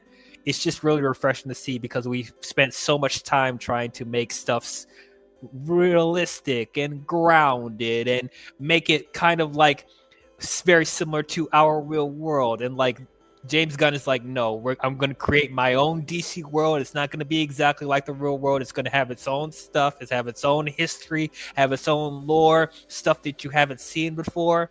And I think he's going to bring the DC universe very far by just doing that right there, just establishing stuff off the gate. Oh, you know what we need? A grounded Batman movie. See, that's an oxymoron. Yes. I'm speaking like a WB exec. People were saying that like he could be used as someone who episode to episode kind of basically like I do remember hearing with Jimmy Olsen idea. I'm just like, okay, so you'll introduce us to different weird characters, but I guess they'll do that with the Jimmy Olsen show. Hey, I think why not? I'll be up for that. Like this world, that's why I'm saying like I appreciate that they're just throwing these weird concepts here because like I'm actually at a point where it's like I could believe a Batmite or a Matthias Piblet can show up in a Peacemaker or a Jimmy Olsen show or anything like that. I'm like, yeah, why not? They introduced pocket universes in the season 2 trailer also. So that's their what is the word? ace in the hole or some sort of way for them to do whatever they want at this point. Yes. So, yeah, I'm very satisfied. I think DC is going to be in a real good place if James Gunn, even though James Gunn still has some stuff that he needs to work on as far as being the head of DC and helming these projects and having good balance of the executive side and the creative side, which hopefully Peter Safran will help him with that as well. But I do think DC is in a really good place right now from just what we're seeing from Superman. I think this is a really good start. It makes me very optimistic. I cannot wait to see what else we have going forward. So I will give Superman 25 an A-. Great film. Go see it if you haven't already. I don't know why you're watching a spoiler stream and you haven't watched it already. I guess you don't care about spoilers. Is that a 9 out of 10? Is that what the 9 is next to the A-? Yeah, that's a 9. Yeah. Okay, cool. Yeah. So yeah. If you want to use numbers too, that's why I have it there as well. All right, Darkness. Okay, so I will say this about the film. I said this before, I really, really like this film. This is a really good movie. And I wouldn't say this is better than Man of Steel. I would say this rivals Man of Steel. Because Man of Steel, I thought, was also really good. I didn't think it was a masterpiece. I thought it was really good. And that's why I say the same thing with this film. It's also really good. These are two really good beginnings to separate universes within DC. One old, one new. They're good, really good beginnings, just not pitch perfect. And that's where I sit with this film. Even though this didn't officially begin the DCU, that was Creature Commandos, which was an okay show. It was just okay beginning, but whatever. This was a really good, true beginning, however, to the DCU. And I will say this, because of the whole Justice Gang and Metamorpho, no shade towards them. They were cool and all, but I felt like they were in there more than they should have been. So because of that, and by the way, I'm doing this from a scale from 1 to 5 because movies, it's easier for me to do that. So okay, I will adapt the best I can. Okay, it's all good. I know. I'm a pain in the ass when it comes to ratings with movies. I know. It's easier with shows. But movies, I have to do it from scale from 1 to 5. Okay. So because of that, I am giving this film a 4 out of 5. Okay, so that's like it's like a B plus. I think you feel it sounds like you're more like a B. Okay, no, I thought it was really good. I prefer really good. Oh, really good? Okay, hey, why not B plus then? I will go with that. Really good. Yeah. All right. Cool. Blue Jay. Gunn could do no wrong. I mean, James Gunn could do no wrong. That sounds a little off out of context. James Gunn could do no wrong. I'm sorry. Gunn has never let me down. Glad you correct. So far, but he's one of my favorite filmmakers. When you see interviews, I've always felt inspired by him. How he views like he's good in his craft. So I really like this film. I saw it twice. DC. I'm more rooting for DC than Marvel. I mean, Marvel has been around movie-wise, or the MCU's been around for almost 20 years, which is kind of freaking insane to know. Can't wait for Peacemaker Season 2 next month. Oh, Peacemaker. I mean, there's a lot of stuff I'm looking forward to. Peacemaker, Lantern, Supergirl. So far, Supergirl is my number one anticipated film of next year. Knowing what the plot is, knowing what the second DCU film, that movie has my money. So, I would give this film I'll give it a 9. Right. James Gunn keeps on knocking out of the park. For right now, let's have this right now, but we gotta wait for Supergirl. I feel like the lineup is very, very strange. Okay, Superman's a good start. makes sense. Supergirl, okay, Kryptonians back to back, but Clayface, but it's a different kind of movie, which I like the fact that they're going like different types of tones in the whole universe. Yeah, I can understand your point. It is a weird lineup, the way how like everything's going. Like, oh, Supergirl, Clayface, Swamp Thing, Batman Brave and the Bold, and stuff like that. Yeah, Yeah, it's like lanterns. yeah, like if you're gonna start a universe, okay, Superman makes perfect sense. Supergirl, I can even get behind that as well. But Clayface, I'm like, huh? Okay, Clayface movie, okay, but hey, gods and monsters, right? yeah. I mean, hey, it's called Gods and Monsters. You're right about that. Right. So I'm saying so. I'm like, okay, but hey, we're getting some updates on Wonder Woman, getting updates on what we got updates on Batman, kind of. Hopefully, I mean, well, I mean, we're likely not going to hear a lot of news on the DCU Batman until we get like a casting announcement. Once we get a casting, then I think we're going to know a lot more. Yeah, but I'm curious about Wonder Woman and whatever they got going on. But for right now, we got like 2 other movies coming out. And further down the line, we're going to get an announcement of a release date or director or whatever. Because hey, we can all like get in our tizzy about Gunn or people taking their. We don't know what's going on behind the scenes, but hey, I want Gunn to cook. So right, cook. So go to you, Rhea. What you think? Patience is everything. Yes. Go ahead, Rhea. Yes, patience, everything. Yes. So I'm sticking to my 6 out of 10 that I originally gave when I joined the show. He's like, I'm not budging 1 inch. It's a 6. Gosh darn it. Yeah, I was actually thinking a C plus and above average. Like not even a 6.5 out of 10.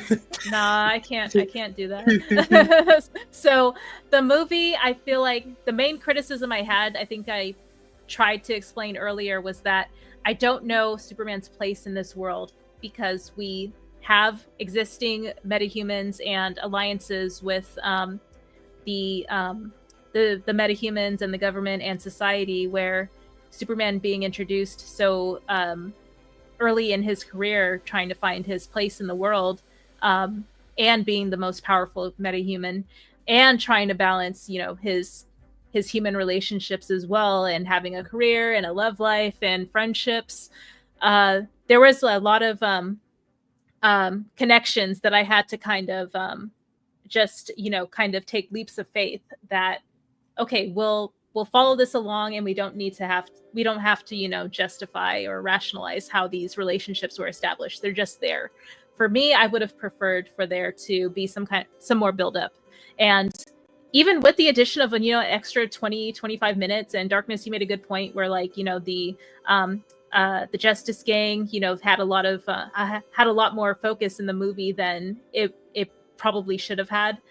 Those are the reasons why I wanted to see more Superman in a Superman movie, and I felt like everything else was used to uplift it, maybe because they just didn't know how to write a single, Superman movie, or they were afraid to do that single Superman movie without some sort of, presence of other things to kind of, for the audience to find a connection with. If not Superman, then something else. But I felt like, if you're gonna, do a hard introduction to this universe with Superman outside of, Creature Commandos and Peacemaker, I really wish that they could have made the point to make this specifically a Superman movie and give him an opportunity to, show his progression into a higher being of Superman that that we're interested to see continue growing. I didn't get a sense of his. He doesn't have an arc, in my opinion. I didn't really see an arc in this film to see him elevate to another level of being Superman, where I'm interested to see where he continues to grow from here. So I am, me personally, like I understand that those are flaws, and that's why I gave it a 6 out of 10. But I'm still interested within that, 6 out of 10 to hold on. So there's more there that I'm interested in and that I'm willing to stick around for than I am, sort of disappointed in, if that makes sense. Okay. Yeah, that definitely does make sense. And another thing that like I kind of want to add into that is that when it comes to like the Justice Gang and Metamorpho and all of them, it's like I feel like they were put into this because here's the other thing. After Peacemaker Season 2, not only are we not getting any other DC projects for the rest of the year, but we're also not getting any DCU projects until the beginning of next year, which is why I think a lot of these characters were put into this film and had the role that they were in, because he really wants to like get the audience going of like, hey, this is what's going on here. This character exists, that character exists. There's this team that's secretly formed, not the Justice League, but they're called the Justice Gang. That's where I feel like that's why that was done, because again, after Peacemaker Season 2, we're not only are we not getting any other DC projects for the rest of the year, but we're not getting any DCU projects till the beginning of next year. So that's what I believe. I could be wrong, but he probably thought about that in the back of his mind, because that's another thing. Like, we don't have anything else after Peacemaker for a while. We really had to be waiting for Lanterns and Supergirl. So, which is why I'm like, I'm wondering how long James Gunn is going to be able to keep, at his pace of this stuff being released without Zaslav getting antsy about getting more stuff out, Right. But yeah, hopefully he'll be able to manage that. Okay. Yeah, hopefully. Yeah. But that is our long discussion of Superman. The curse is over, you bastard. Yes, the curse is over. Yes. But tell us out there, what did you guys think about Superman 25? Have you guys seen it already? Did you guys love it? Did you guys hate it? Did you guys think it was okay? How does it compare to the other versions of Superman? How does it compare to other DC films in general? Are you guys excited for the new DCU, or are you guys still very apprehensive of where the direction is going? Comment your thoughts down below and let us know. Also, Matt Reeves' Batman universe is peak. Can't wait for more of that too. Yeah, wake me when Brave and the Bold comes. Okay, whatever. You want to ditch out on what Matt Reeves has in store with his goated universe? It's been a 10 out of 10 so far with his movie and the Penguin, and we have the Batman Part 2, even though it's going to be a while, but it's hype what's going on over there. Yeah, it's not just that, not just the DCU that's thriving. We got another universe that's thriving too. If people don't want to deal with fantastic, or we can just put Patterson in the DCU. No. All right, okay, I'll stop. No. Nobody has a no on it. No. But ask Brendan Sklenar or Nate Mann to be the DCU Batman. Or Alan Richardson. I would love that as well. That too. But anyway, if you guys enjoyed this 3-hour stream, don't forget to leave a thumbs up and subscribe to the channel. I know I've been away for a while, but I'm still trying to get to 1,000. We'll see how long it takes. I'm at 650 right now, I think. So, a little more than halfway there. I'll try. Okay, so I don't want to make any promises right now because I need to get through this wedding first of all. So I think after, yes. So I'm going to try and still upload some stuff. I'll try to stream here and there, but I feel like after I get married, I will have a lot more time to get back to that consistency that I was before. But I just have a lot of stuff to handle on my plate. Life is lifing right now, so completely understandable. So you probably won't see me. Congratulations! Thank you. Yeah, and congratulations, my friend. Thank you. I'm Woo! very happy, very in love. I don't know if she's still watching. I don't know if she's asleep right now. She was in here earlier, but yeah. So I will say the next DC project I do want to cover when it comes out is Peacemaker Season 2. I will make time to watch that. When I'll get a stream out, I'm not sure because we're starting to really get into the busy season right now. But that will be the next DC film I mean, show. That's a show. Yeah. Next DC show. The next DC project. Yes, for sure. And then yes, I know Fantastic Four is coming out this weekend, and I do plan to see it this weekend. Hopefully, I get a stream out there for you guys with that when it comes out. I know I haven't even done Ironheart either, so we got to do an Ironheart stream as well. Oh, so, you sure? I mean, it's not. I'll say this without spoiling. It's like it's not worse than Secret Invasion. So it's like if I can do a spoiler stream for Secret Invasion, then I could do it for. I mean, hey, if you want really, to, if you think Secret Invasion is that bad, did you watch She-Hulk? I watched She-Hulk as well, but I had my expectations set going in. But still, like that doesn't mean just because you have expectations that you have to accept it as good. So I know it didn't vibe with a lot of people. Like, yeah, I think there's some really good stuff in She-Hulk. And I like what's her name, Tatiana Maslany as She-Hulk. I think she's great in it. And obviously Daredevil did his thing in that. But like, Yeah. I wanted that movie. I wanted that show to just. It felt like it was playing it too safe, you know? I wanted it to go further with its humor, and I wanted more action in here. And I actually wanted more lawyer stuff from She-Hulk, because she didn't get enough in it, in my opinion. So they could have done more with her. Hopefully we don't see the last of her. Like with better writing, I hope she could, do better. I don't know if she's going to be She-Hulk in Secret Wars when? Yeah, like the leaked concept art with like that village of Doomsday. Oh yeah, yeah. right, It just looked Doomsday. good. It looked good. Yeah, like I'd be open to seeing her in either of the Avengers films for sure. Yeah. Just hopefully in the MCU reboot they fix up some things with her and try to make us forget the show. A lot of what happened in that show that made it bad. So And I'm not a big fan of Professor Hulk. I'm less of a fan of Professor Hulk than I am critical of. oh yeah. Of Yep. She-Hulk. Personally.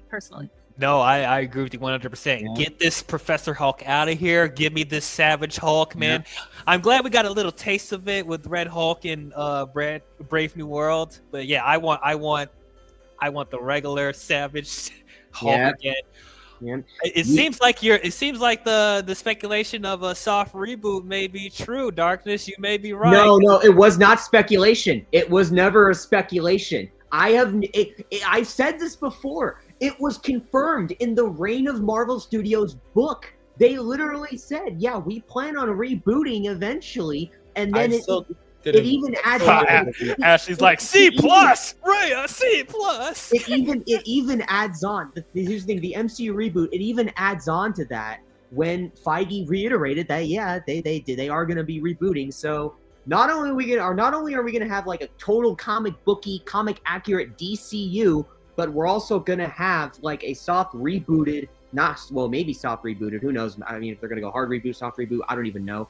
Well, soft reboot, actually, I take that back because I don't think they're resetting like the timeline. I think they're just gonna have new actors come in and fill in roles. Oh yeah, we're gonna have a whole new MCU. Oh yeah, everybody. Just Tom Holland's supposed to be Tobey Maguire.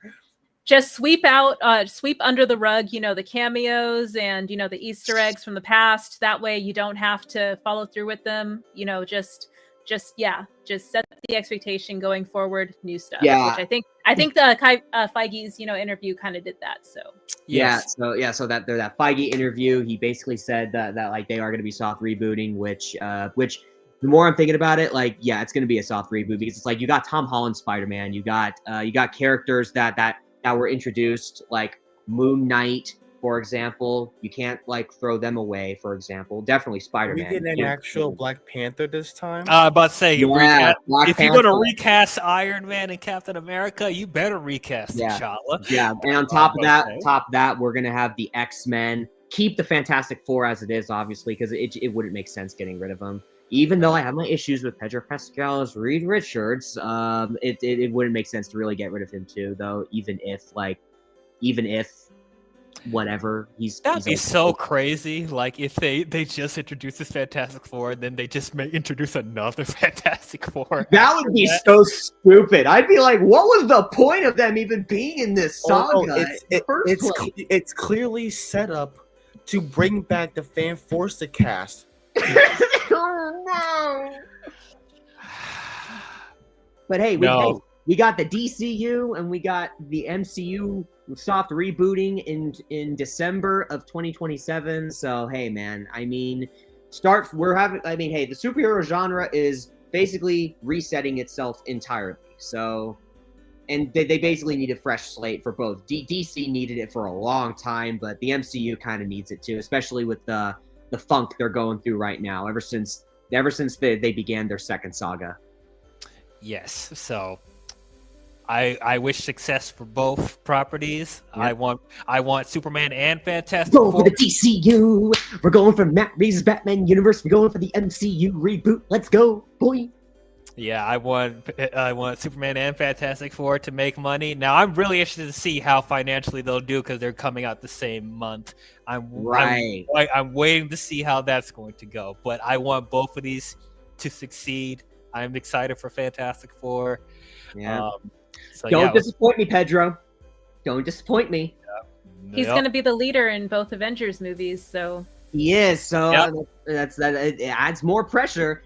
You better sell me, Pedro. You better sell me. Exactly. So Matt Shackman, I'm coming for you, man, and I'm gonna come telling at you like you should have kept John. You could have found some way to make Kevin Feige keep John Krasinski, or cast someone else for the role.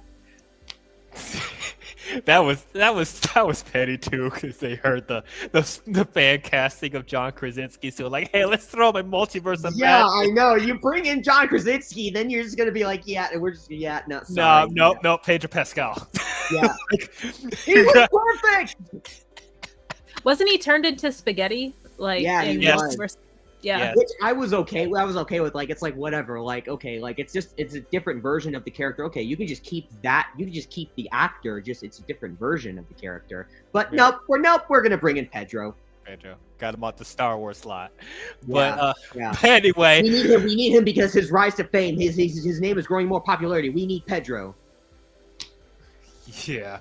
Anyway, get out of here. I need to go sleep. But anyway, that's all we have for you DC fans. Don't forget to follow, subscribe to Rhea, the Glimmercast. Subscribe to her channel. Follow Darkness Under the Wind. Follow Blue Jay. All that good stuff. That's all we have for you DC fans, and we will catch you guys in the next one. Talk to you guys later. Bye-bye. Night, y'all. Take care. Bye.